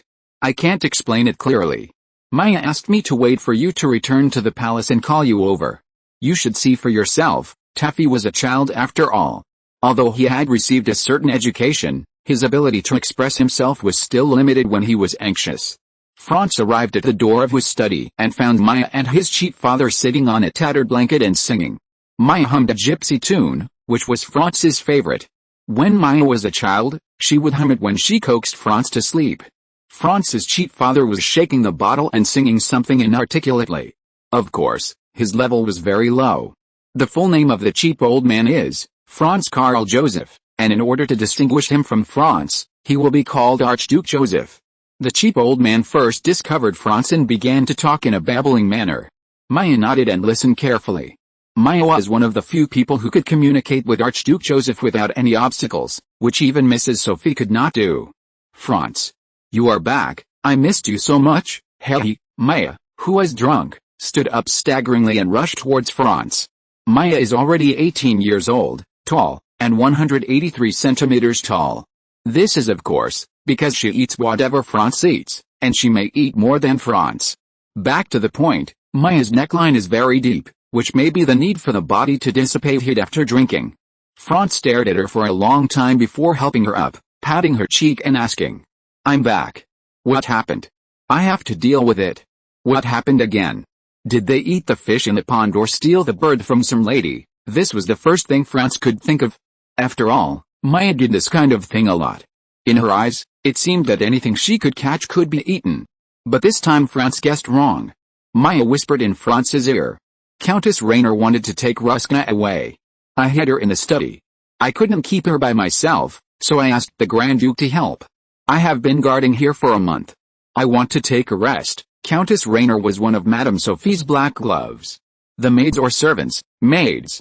Women without noble status, taken away by her either disappeared in the turbulent Danube or appeared in low-end brothels in Dalmatia. Dalmatia was the most desolate and poorest region in the Austrian Empire at that time. It was more desolate than the mountains of Transylvania, and even worse than Bosnia and Herzegovina. It was sparsely populated and the literacy rate was less than 4%. Countess Rainer has always disliked Ruskna. After all, Madame Sophie has revealed her love for Ruskna more than once.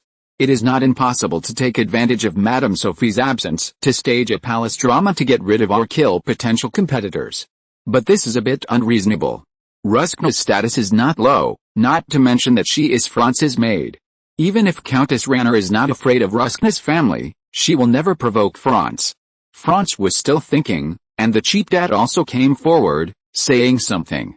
Maya helped translate. Dad also contributed. Dad is awesome. Franz clapped his hands helplessly.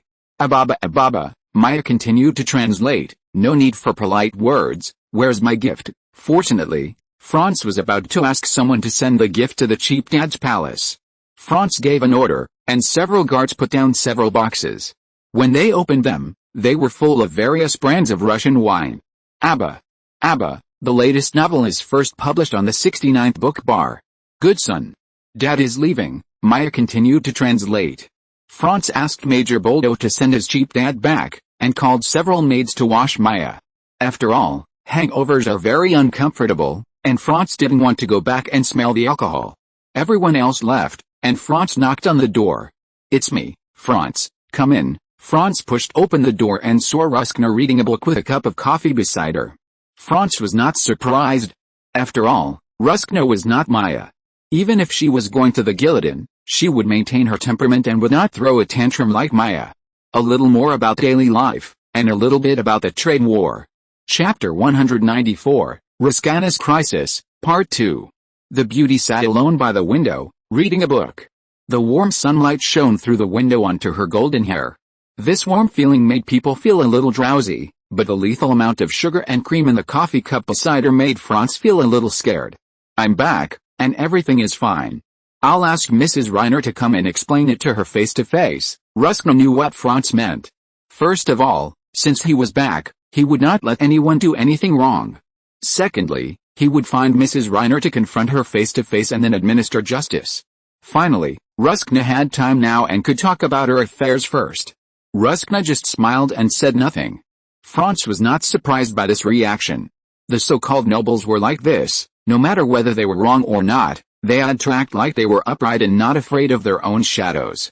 Of course, this kind of beauty has temperament, but as a maid, it is obviously a dereliction of duty. But then again, she was not a maid. Her family just treated her as a commodity. Mrs. Sophie was very fond of Ruskna because she was smart, beautiful, noble and useful. Franz just regarded her as a human music player, and he could listen to music when he was bored. Of course, sometimes when going in and out of some upper-class occasions, it was only appropriate to take Ruskna with him. After all, the remaining two were really useless. Franz didn't like to force others, but he needed a legitimate reason to let Ruskna go. And Mrs. Reiner's sudden attack seemed very abnormal. No matter how unpopular Ruskna was in the Goulet family, not just anyone could touch her. What's more, Franz was famous for protecting his shortcomings. Although he was just trying to prevent Maya's troubles, he was definitely a good master in the eyes of others. And Franz had been named the Crown Prince, and it was a foregone conclusion that he would become the emperor in the future. In this case, who would risk the world's disapproval? In fact, Ruskna also knew that the person who wanted to deal with her was not Mrs. Reiner, but Mrs. Sophie. But even she herself couldn't think of what exactly caused Mrs. Sophie to kill. Not long after, Mrs. Reiner came to Franz's study. Mrs. Reiner is a tall and thin middle-aged noblewoman. After her husband died, she inherited the title of Count because she had no children. So she prefers to be called Countess rather than Countess. "Your Highness Franz, you are looking for me." Countess Reiner smiled and glanced at Ruskna next to her. Countess Reiner is a beauty. Even at the age of 40, she still looks very good. She is considered a beauty in the Vienna court. But after Franz went to St. Petersburg, the score of this beauty in his heart was greatly reduced, or it can be said that the score of women in the entire Vienna court in terms of appearance was reduced. Because compared with the beauties Franz met in St. Petersburg, what's the matter with these ugly melons and crack dates in the Vienna court? In fact, it is no wonder that Vienna cares more about status than appearance, and the current Emperor Ferdinand does not have that hobby, so it is not surprising that there are few beauties in the Vienna court. Franz looked up and down at Mrs. Reiner and said, "Why do you want to take Ruskna away? She is no longer suitable to stay here." Mrs. Reiner replied.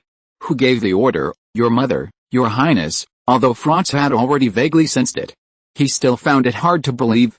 After all, Madame Sophie usually took good care of Ruskina and hoped that Franz could take Ruskina in as a health worker. Then why didn't your mother directly order Ruskina to leave, but gave you the order after she left? The order was issued before Madame Sophie left, but your maid Miss Maya kept obstructing us in every way. After Madame Sophie left, she even asked your father to stop us, which led to the current situation. Madame Reiner, I want to wait for my mother to come back and explain to her in person. Do you think it's okay? Of course, Your Highness. But I just want to remind you of one thing. Your mother will not be happy.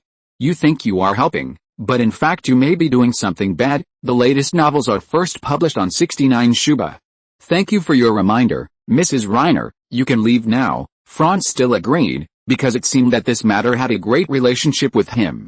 Thanks to the book Franz Bifang for the reward, the book friend Dawn 76 for the monthly ticket, and the recommendation votes of all book friends. I will not write about daily life in the next chapter, but write some plot. Chapter 195 The British Methods.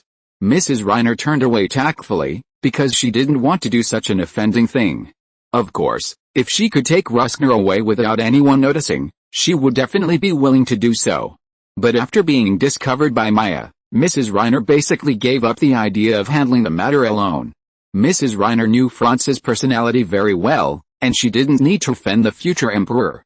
Mrs. Sophie's anger was also terrible, but Maya's behavior was too rogue. She locked Ruskner in Franz's study and stood guard at the door, claiming that there were important secrets inside. Everyone knew that this was an excuse, but no one was willing to risk offending the future emperor. After that, Maya even pulled Archduke Joseph, Franz's cheap dad, who was passing by, and now no one dared to break into the study. Archduke Joseph, who had been hunting for many years, had very good marksmanship and a strong body.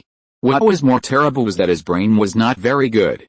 If he got angry and collapsed, he might even think that you intended to attack the royal family for the sake of the royal family's face. Now that Franz himself has returned, this matter is even more impossible to accomplish.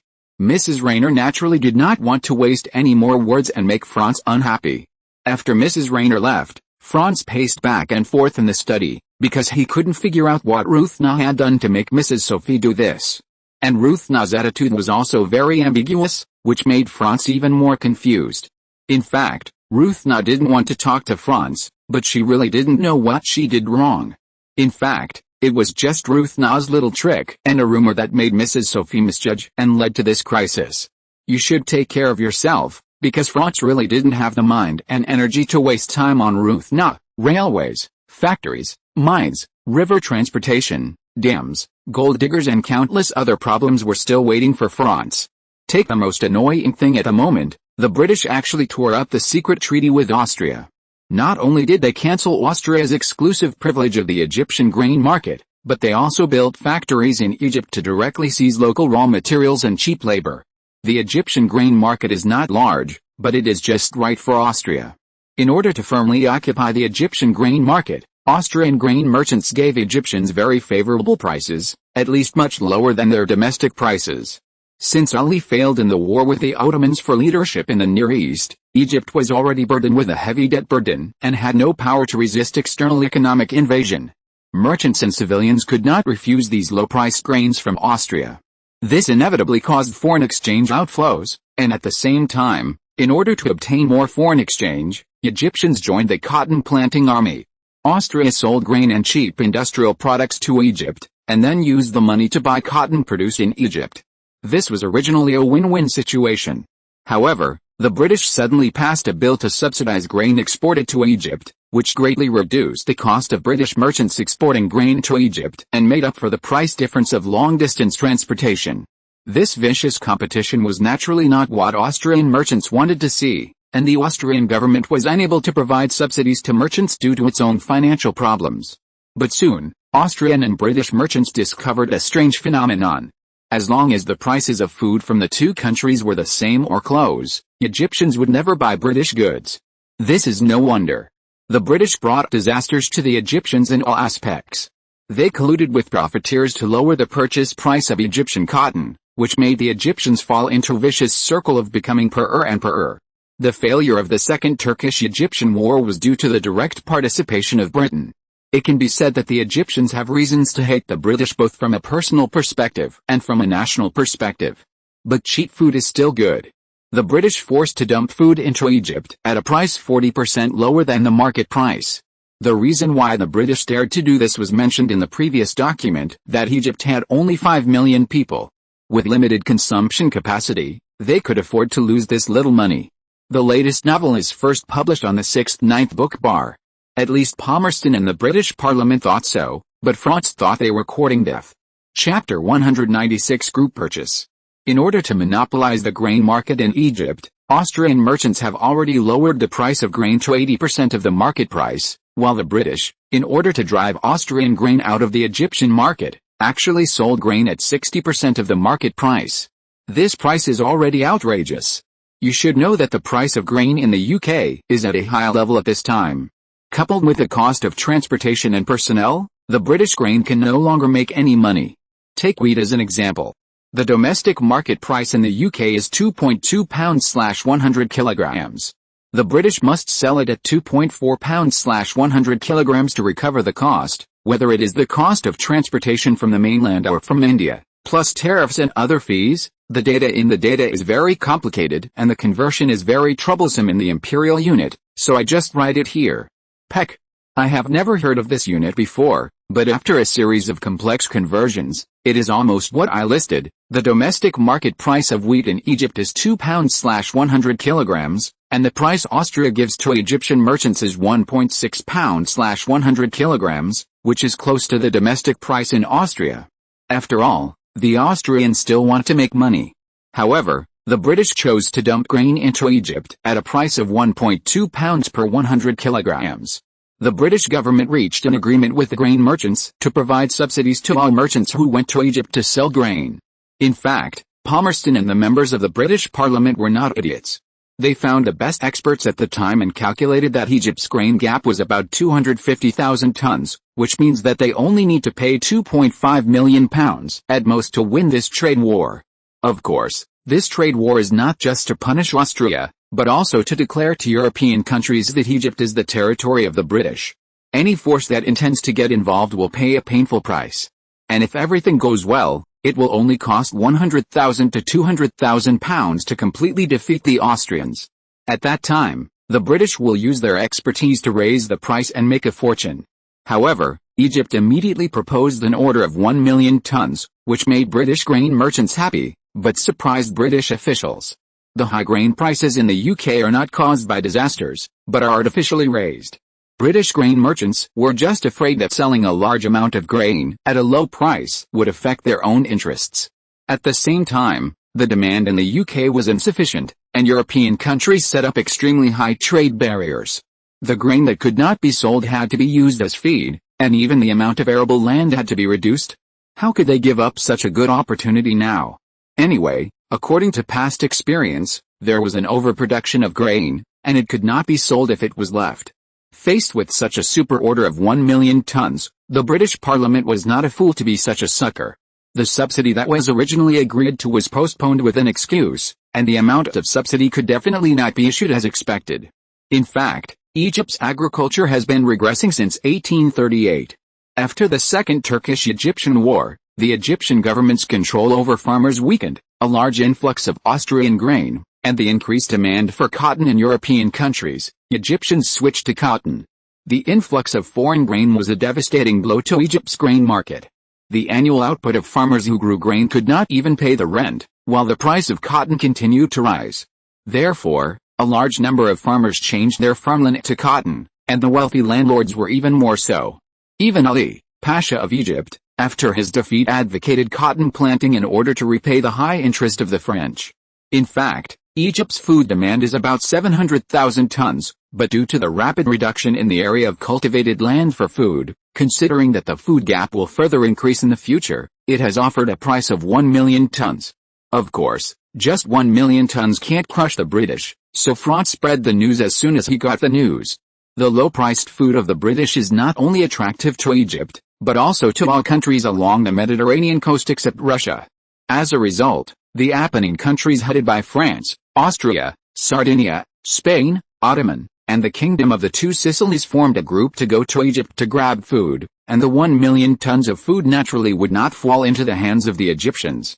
Thanks to the book Friends Flamel and MFJ for their rewards and 2020052609461847, Flamel, MFJ for their monthly tickets, and the support of all book friends. If you're listening to this novel on a channel other than Fanfic World, it means they downloaded and uploaded it without effort. We cordially invite you to visit our channel, Mundo Fanfic Novelis. There you'll find the original version of this story and you can explore many other novels of various genres. We're waiting for you to immerse yourself in a world of incredible novels. Chapter 197 The Lion Opens His Mouth. The British were very efficient and really got 1 million tons of grain. However, this 1 million tons of grain was not enough for France and Austria to share. Egypt, as the victim, did not get a single cent. It was because its national strength was too weak, and Ali, as the supreme ruler, had his own plans. The British planned to turn Egypt into a colony. Then the British must be enemies. France, Austria and others came to dismantle the British, and they must be enemies of the British. Then, wouldn't the enemy of the enemy become a friend? Guided by this idea, the Egyptian people and ordinary businessmen had no idea of the British's grand plan. The grain that the British had worked so hard to transport to the port of Alexandria was directly divided up and then loaded onto the ships of other powers for transportation back to their country. The berthing of merchant ships from various countries in the Mediterranean and the handling of goods can provide Egypt with a considerable income.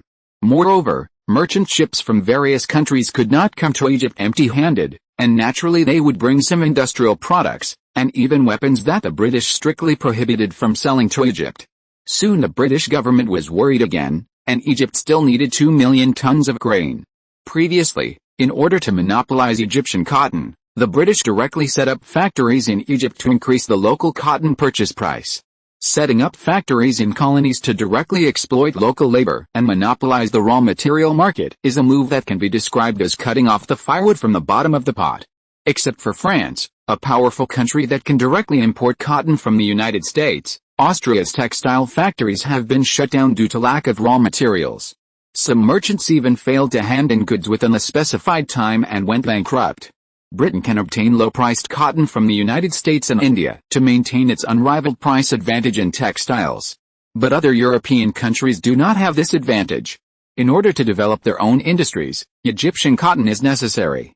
The British approach will obviously arouse public anger, and the Americans will not miss this business opportunity. Historically, it was also because Britain wanted to control raw materials to maintain its textile industry advantage, but the result was to push American cotton to the altar.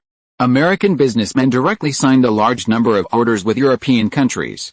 From then on, a steady stream of cotton poured into the European market, and the world hegemony of the British textile industry loosened, but they didn't know it yet. As for the 2 million tons of grain, the British can still get it together, but it was previously claimed that the subsidies could not be issued. Of course, the responsible officials decided to deceive their superiors and subordinates for some considerations. It was not until the third round that Egypt asked for 5 million tons of grain, and the officials in charge finally couldn't stand it. At that time, wooden sailing cargo ships usually had a load capacity of only a few hundred tons, and even new steamships usually had a load capacity of only about 1,000 tons. Soon the proposal for the order was sent to the cabinet, but faced with this situation, the cabinet seemed helpless. Because according to the above figures, a subsidy of £1 per 100 kilograms would require 80 million pounds to carry this matter forward. Even if you want to stop there, you will need 30 million pounds to settle the matter. This astronomical expenditure is equivalent to fighting a real war, and the benefits that Palmerston said were not seen by everyone. The European textile industry did not collapse, and Egypt was not stunned by food. Everyone only knew that if this continued, the domestic food supply in the UK would be out of stock. The king was naturally furious at the negative attitude of the cabinet members. You are a bunch of idiots and short-sighted. We must let those scum on the European continent know how powerful we are. Egypt is ours. It must be ours. Everyone in the cabinet just looked at this wise king with contempt. After all, no one would like such a losing business, but no one wanted to offend such a vindictive villain. Chapter 198, King of Understanding. Seeing that no one was willing to speak up, John Russell spoke first. Viscount Palmerston, did you take the money? Our government's money doesn't come from the wind. People's livelihood, armaments, railways, colonies, which one doesn't cost money? You have to pick on a small Egypt. What do you mean by a small Egypt? Egypt is guarding the gateway to the Indian subcontinent. After the Grand Canal is built in the future, our rule over India will last for thousands of years. In addition, Austria must be punished so that they dare not get close to Russia. Let's not talk about whether the Grand Canal can be built or not. If you offend Austria badly, isn't it equivalent to forcing them to get involved with the Russians? No. We must let the Austrians know how powerful we are, so that we can increase our bargaining chips. Metternich, this old fox, is no longer as conservative as before. He is testing our bottom line, and we must not let him do this. Okay, I think Metternich must care more about Italy and Bosnia than Egypt. As far as I know, the Austrian Empire is carrying out large-scale construction in Italy and Bosnia, building railways and fortresses. Their spending in these two places is astronomical, Lord John Russell said with a hint of sarcasm, but he hadn't finished his words. The colonies on the Indian subcontinent are indeed important, but aren't Austria's colonies Italy and Bosnia? Do you think the Austrians are going to colonize Egypt? Just with their few broken ships? Hearing this, the cabinet leaders burst into laughter. The reason was simple, just because in the Battle of Alexandria during the Second Turkish-Egyptian War, an Austrian Navy warship mistook a British cargo ship for an enemy. As a result, after a fierce battle, it was successfully captured by the British cargo ship. The warship can't beat the cargo ship, which is also a miracle in the history of world naval warfare. At this time, the dare to fight, the flagship of the Austrian Navy, was a sailing battleship that was eliminated by the British Royal Navy many years ago.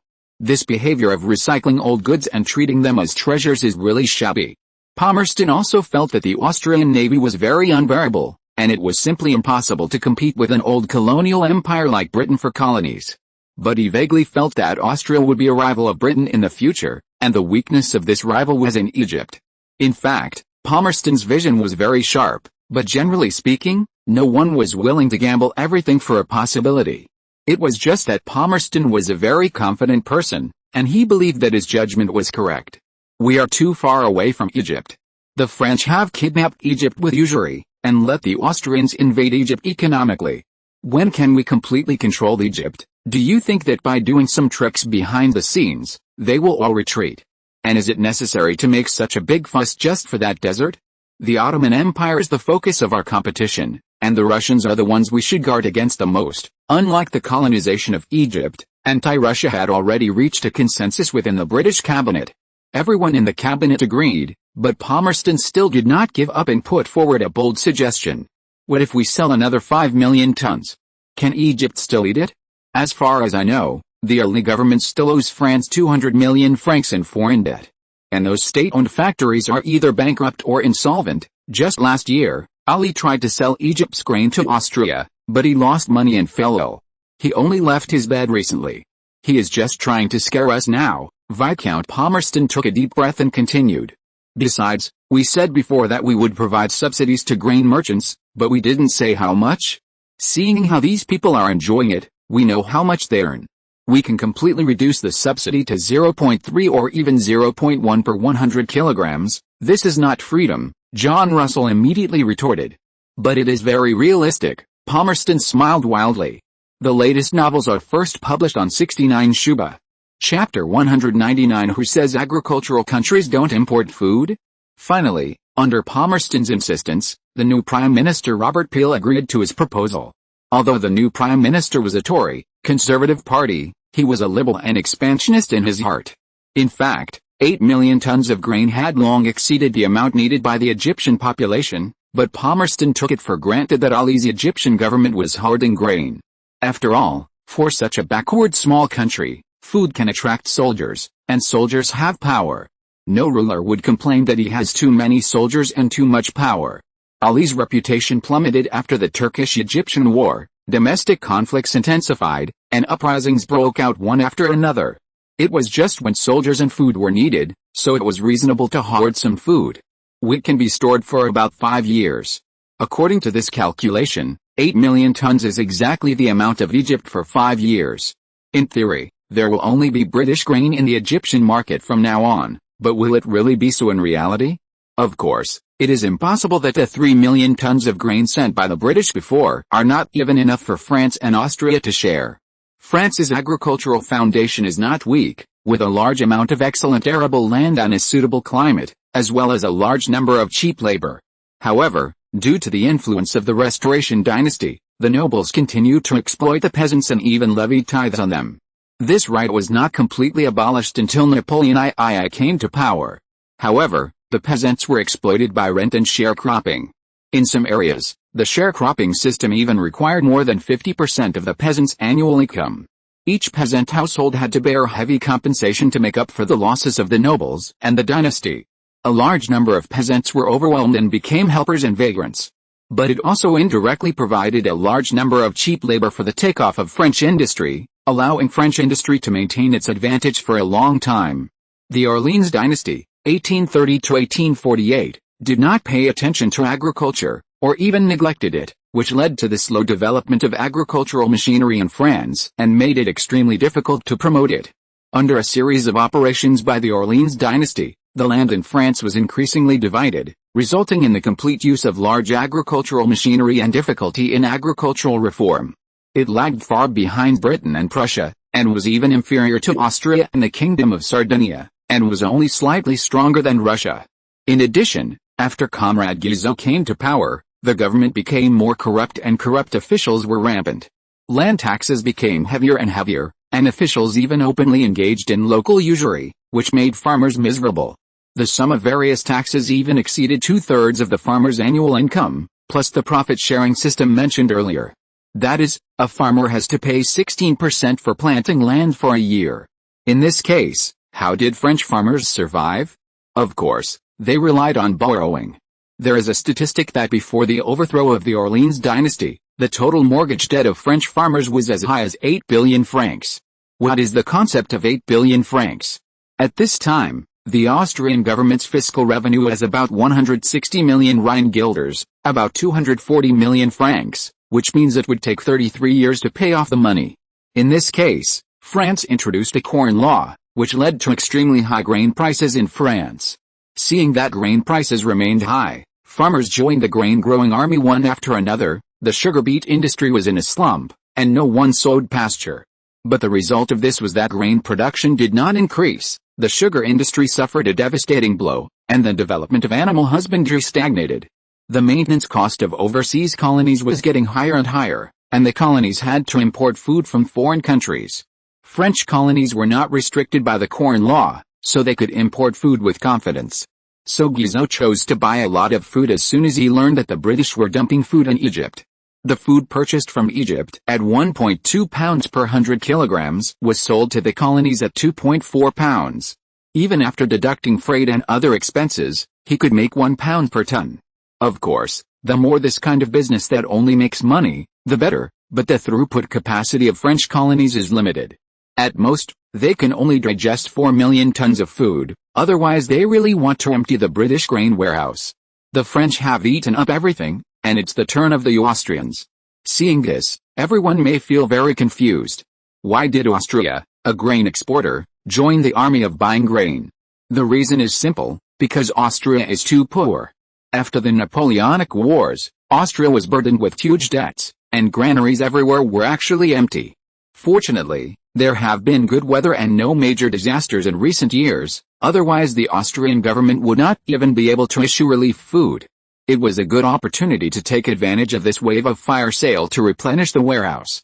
France knew that in the stormy years to come, sufficient reserve food would leave the Austrian Empire with a peaceful solution.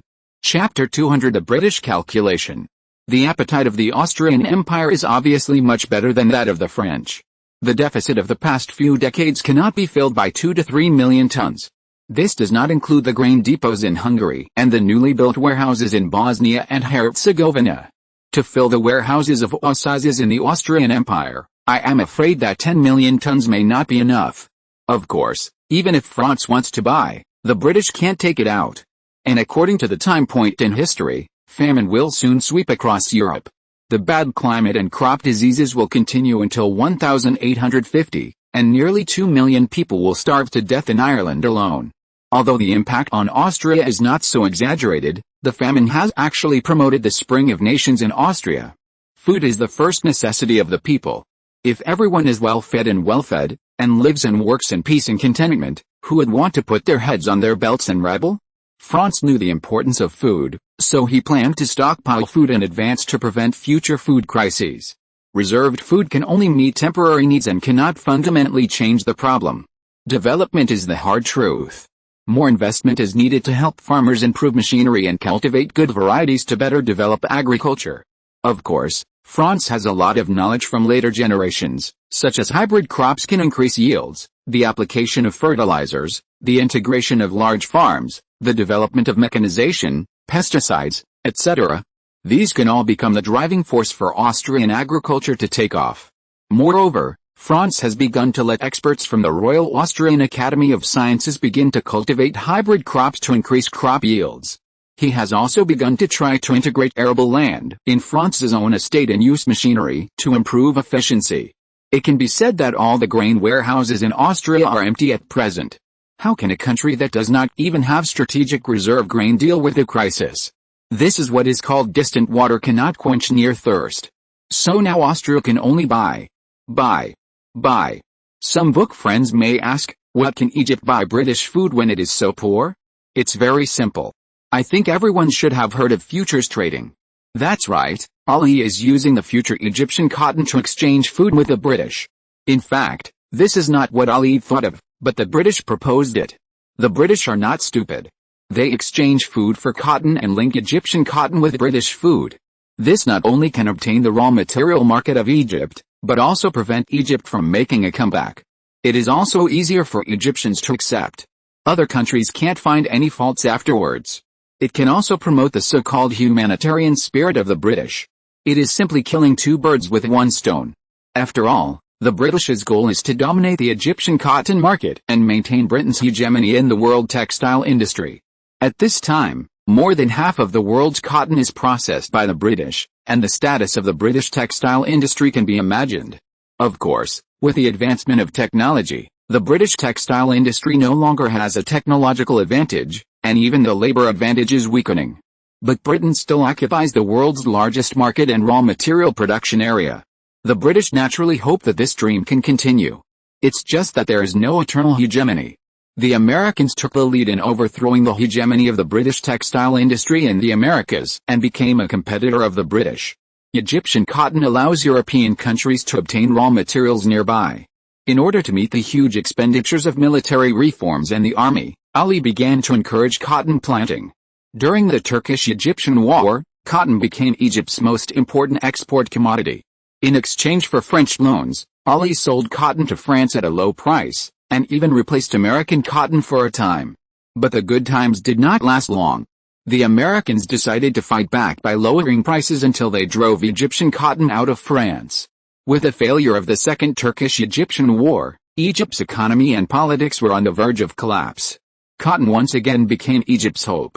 The collapse of state-owned enterprises and the failure of reforms all went back to decades ago, when only cotton trade supported the entire Egypt.